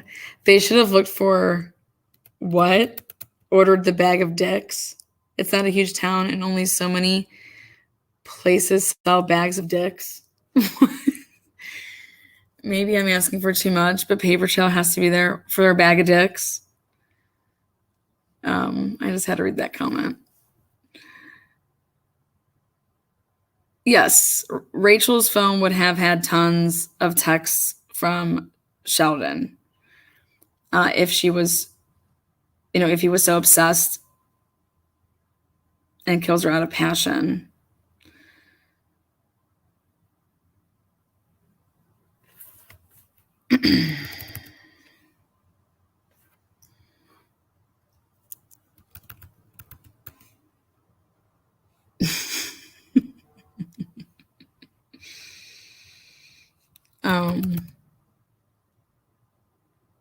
Yeah, she was receiving death threats and bags of dicks in her car.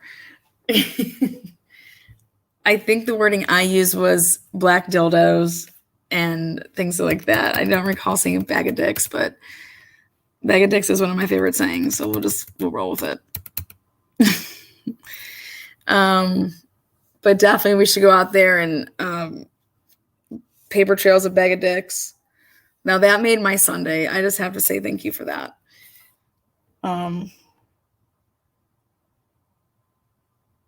There's numerous things. I have a long list of things that should have happened, but I don't want to tip my hat too much at the moment. Again, new member there. Oh, thank you. Welcome, love. Be kind in chat, love.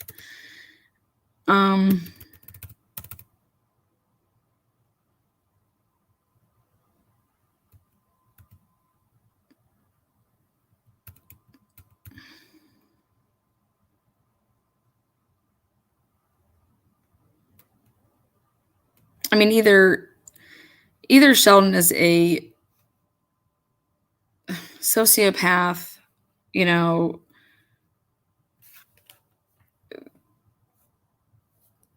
split personality, or he's innocent. Like, I mean, giving up to the Lord 3 days a week and then, going to work every day, and you have your job, doing right by, his faith, and then just gonna, no history of violence, just start committing murders.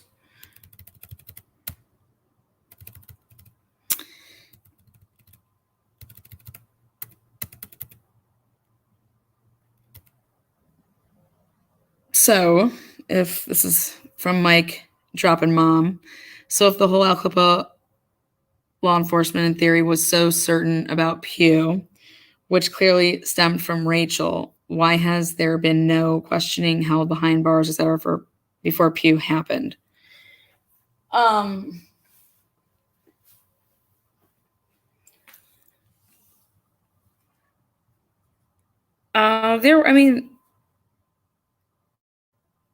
There were people questioned for Rachel. I can't really speak for what the cops did or didn't do.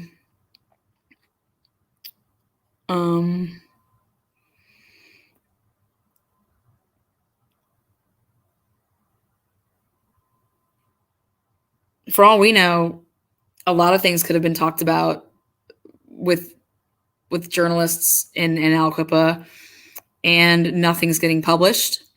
Only certain parts are getting published. I can tell you that I sat in a courtroom and watched with my own eyes and took very detailed notes. And on a day that, I was there present, and, people from the media in Pittsburgh, as well as Beaver County, to see what I saw, and then to see how they were viewing what I saw, I was just blown away. And I think that really hit home for me, to see it right there, like, in my with my own eyes, to see how, well, guess what? When you run a website and you blog or whatever, pretty much write whatever you want. And if no one's ever going to challenge you on things, then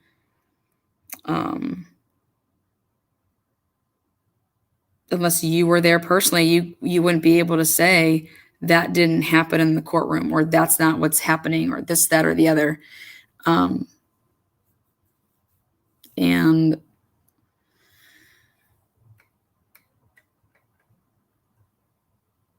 now I see why the Beaver County put at the end of every article that they were the only person there for every day, for morning, like basically the whole time. And it's like, that's a form of intimidation as to why anybody else couldn't write on something. Oh, because I wasn't there for every single sneeze and piss break.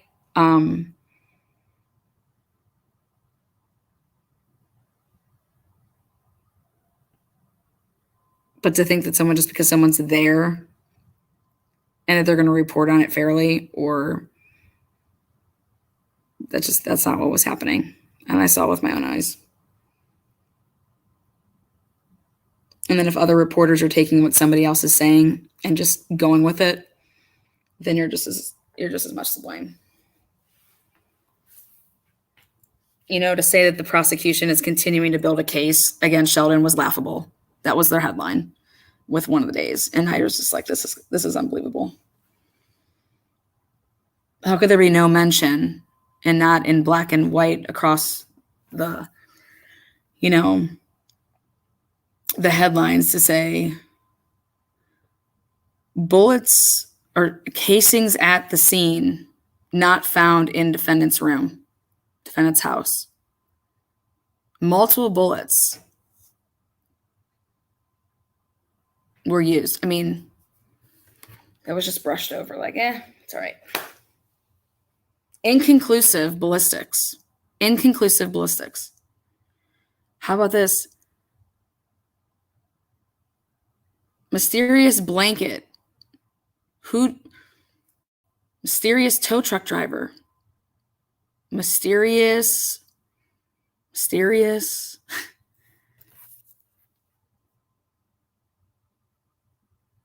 No police officer gets on the stand and testifies that they put the blanket in the vehicle.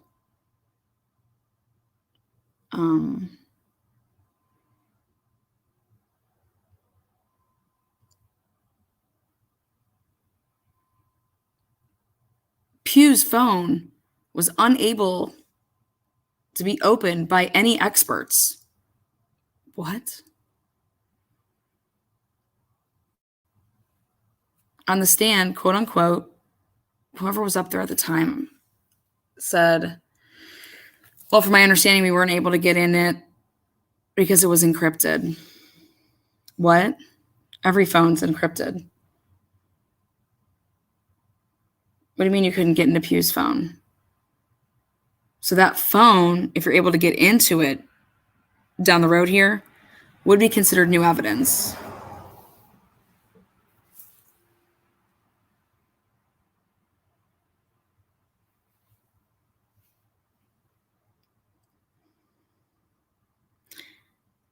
Oh my God, we got people searching Party City. That's awesome.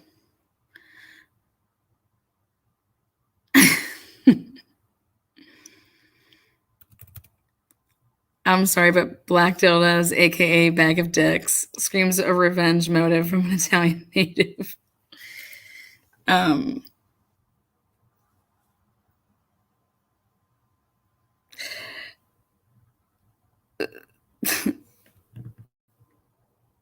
question is, did Rachel ever go to the police department and say that she feared for her life because of Sheldon Jeter Jr.? And the answer is no.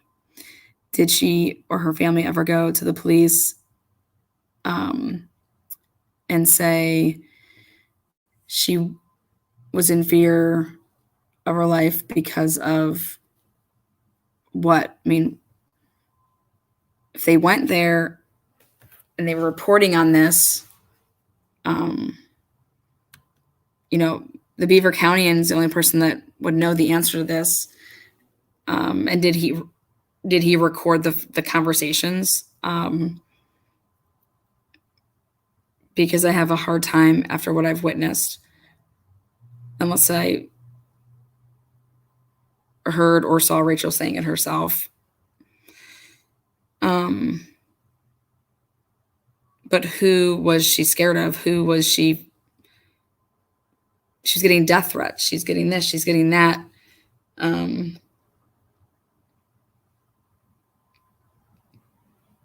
Has Rachel ever said that in the past, 4 years prior or, 2 years prior? Or, was she known to go to the police and cry wolf? And the answer is no.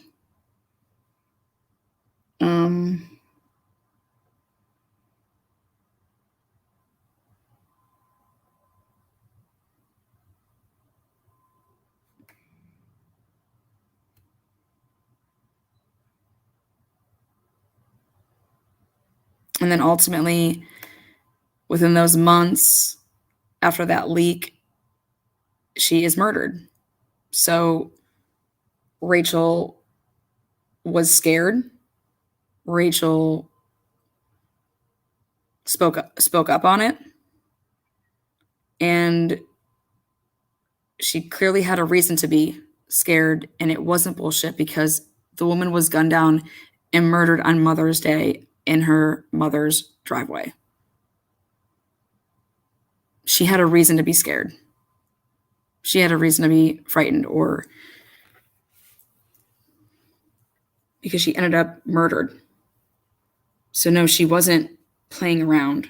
No, she wasn't being extra. No, she wasn't, none of that.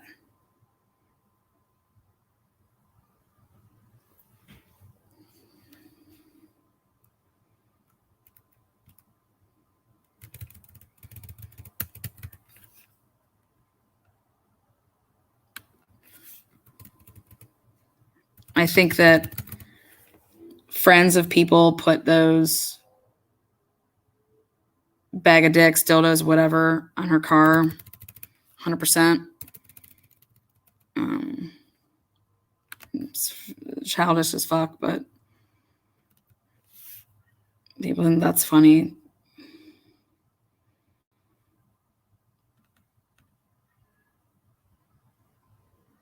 That sounds like a little insecure white boy with small dick problems. Yeah, you heard.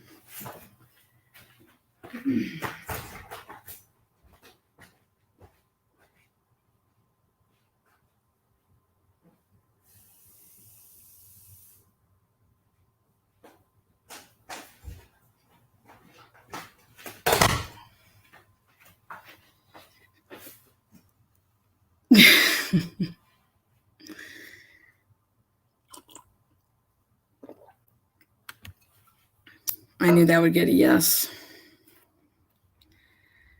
That's weird about his phone. 100% weird.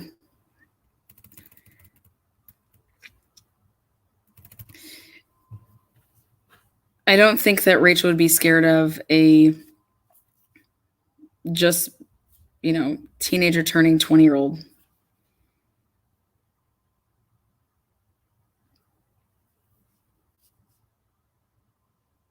And if she was, I don't think that she'd have a problem saying that.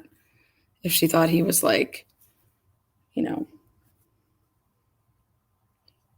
even know. It's just weird.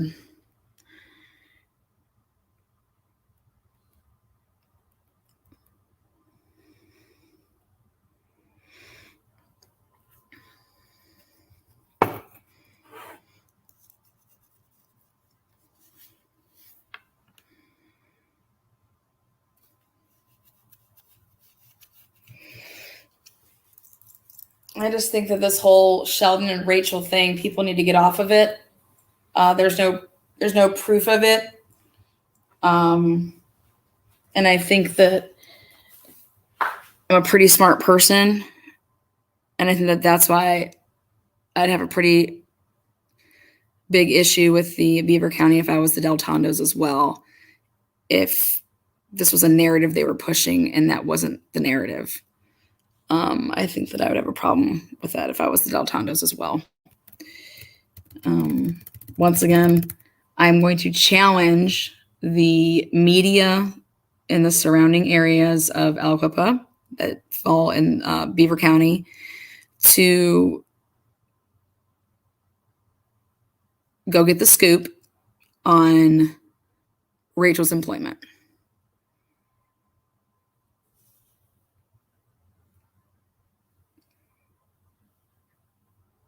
Before I scoop you again.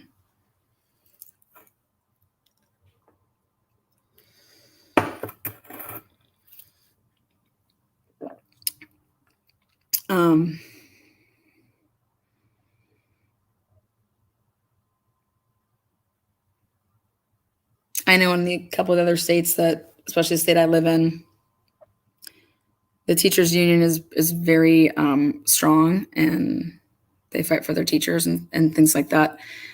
But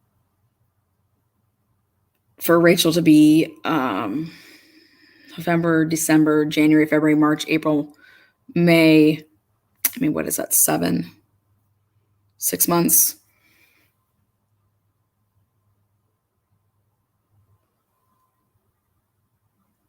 I'm very curious to see if that was getting cleared up due to there was no investigation going on.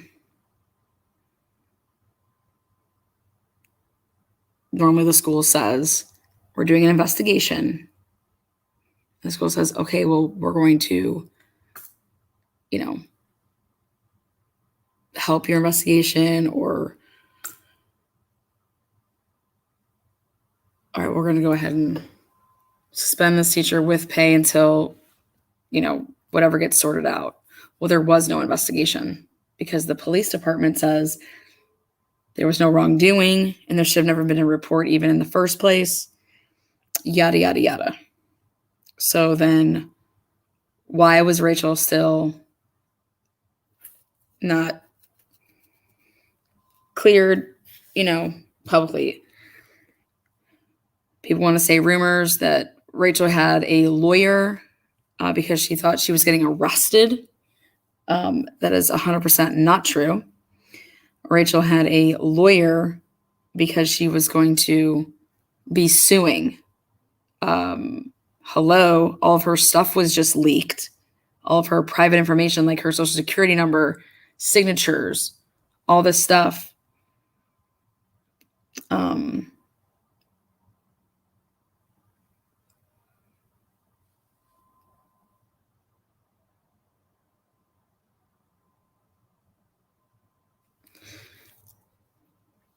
It's funny though how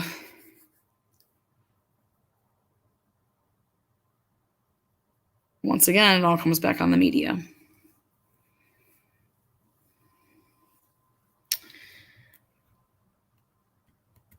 We are so in this bag of dicks. Yes, Crystal Q, exactly. It's insane that they keep trying to run with that Sheldon and Rachel narrative because that narrative means everything to someone. Because if it's not that and it's something else, big problems. Problematic. It's problematic. Newsworthy. Problematic.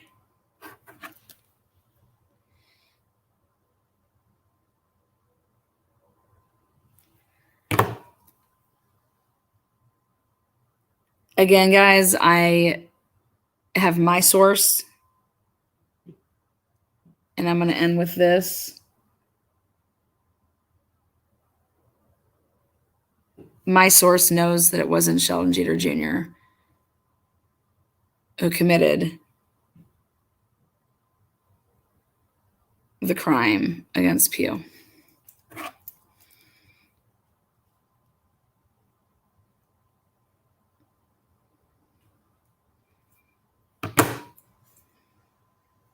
And I think that's pretty newsworthy.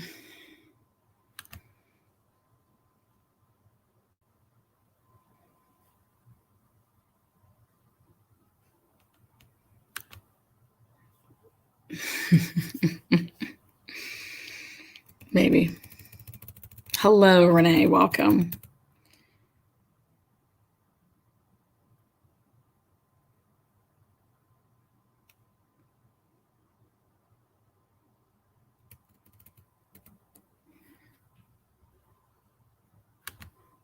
So why was her ex so insistent on getting a report?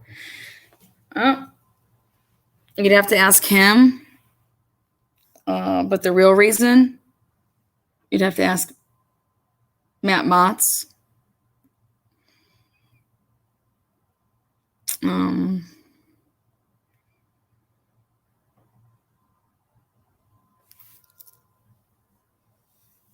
It's very crazy what these Aliquippa police officers choose to write up and not, and then choose to. I mean, wow. We'll save those police reports for another day, though.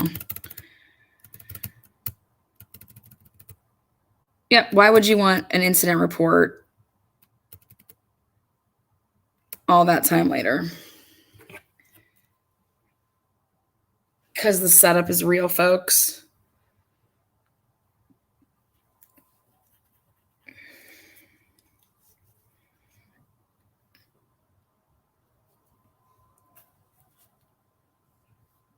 Who funded Mott's campaign?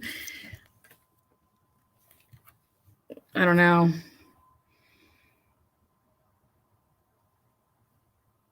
Mott's Marvel guy was the Grinch. Yeah, I just have to put this up here. Oh crap! Never mind. Mott slipped my mind. Yep. Welcome. There you go. Published author. Truthandtransparency3@gmail.com. I know some people are trying to get in touch with me. Right there. Slap me an email.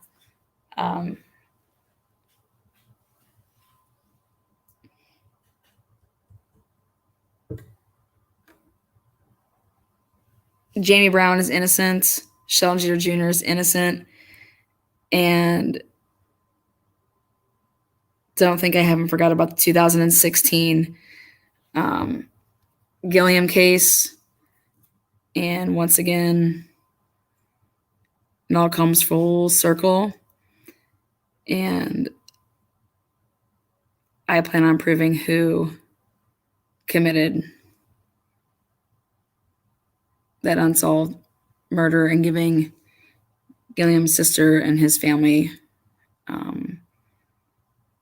as well as himself, the justice and truth that they deserve.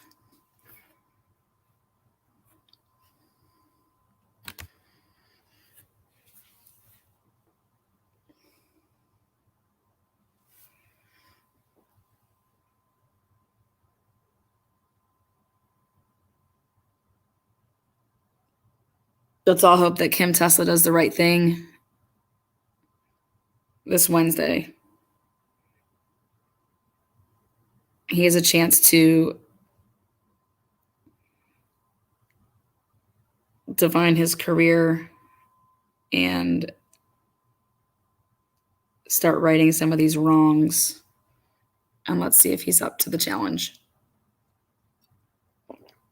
And the challenge is just do what's right.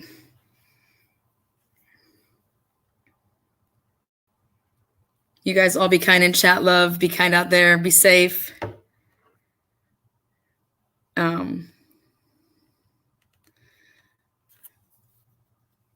Again, thank you for all of the members, the new people, the lurkers.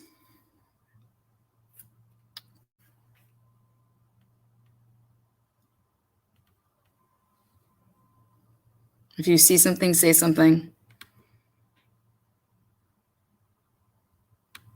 And stop letting one media outlet be the source of anybody's brain.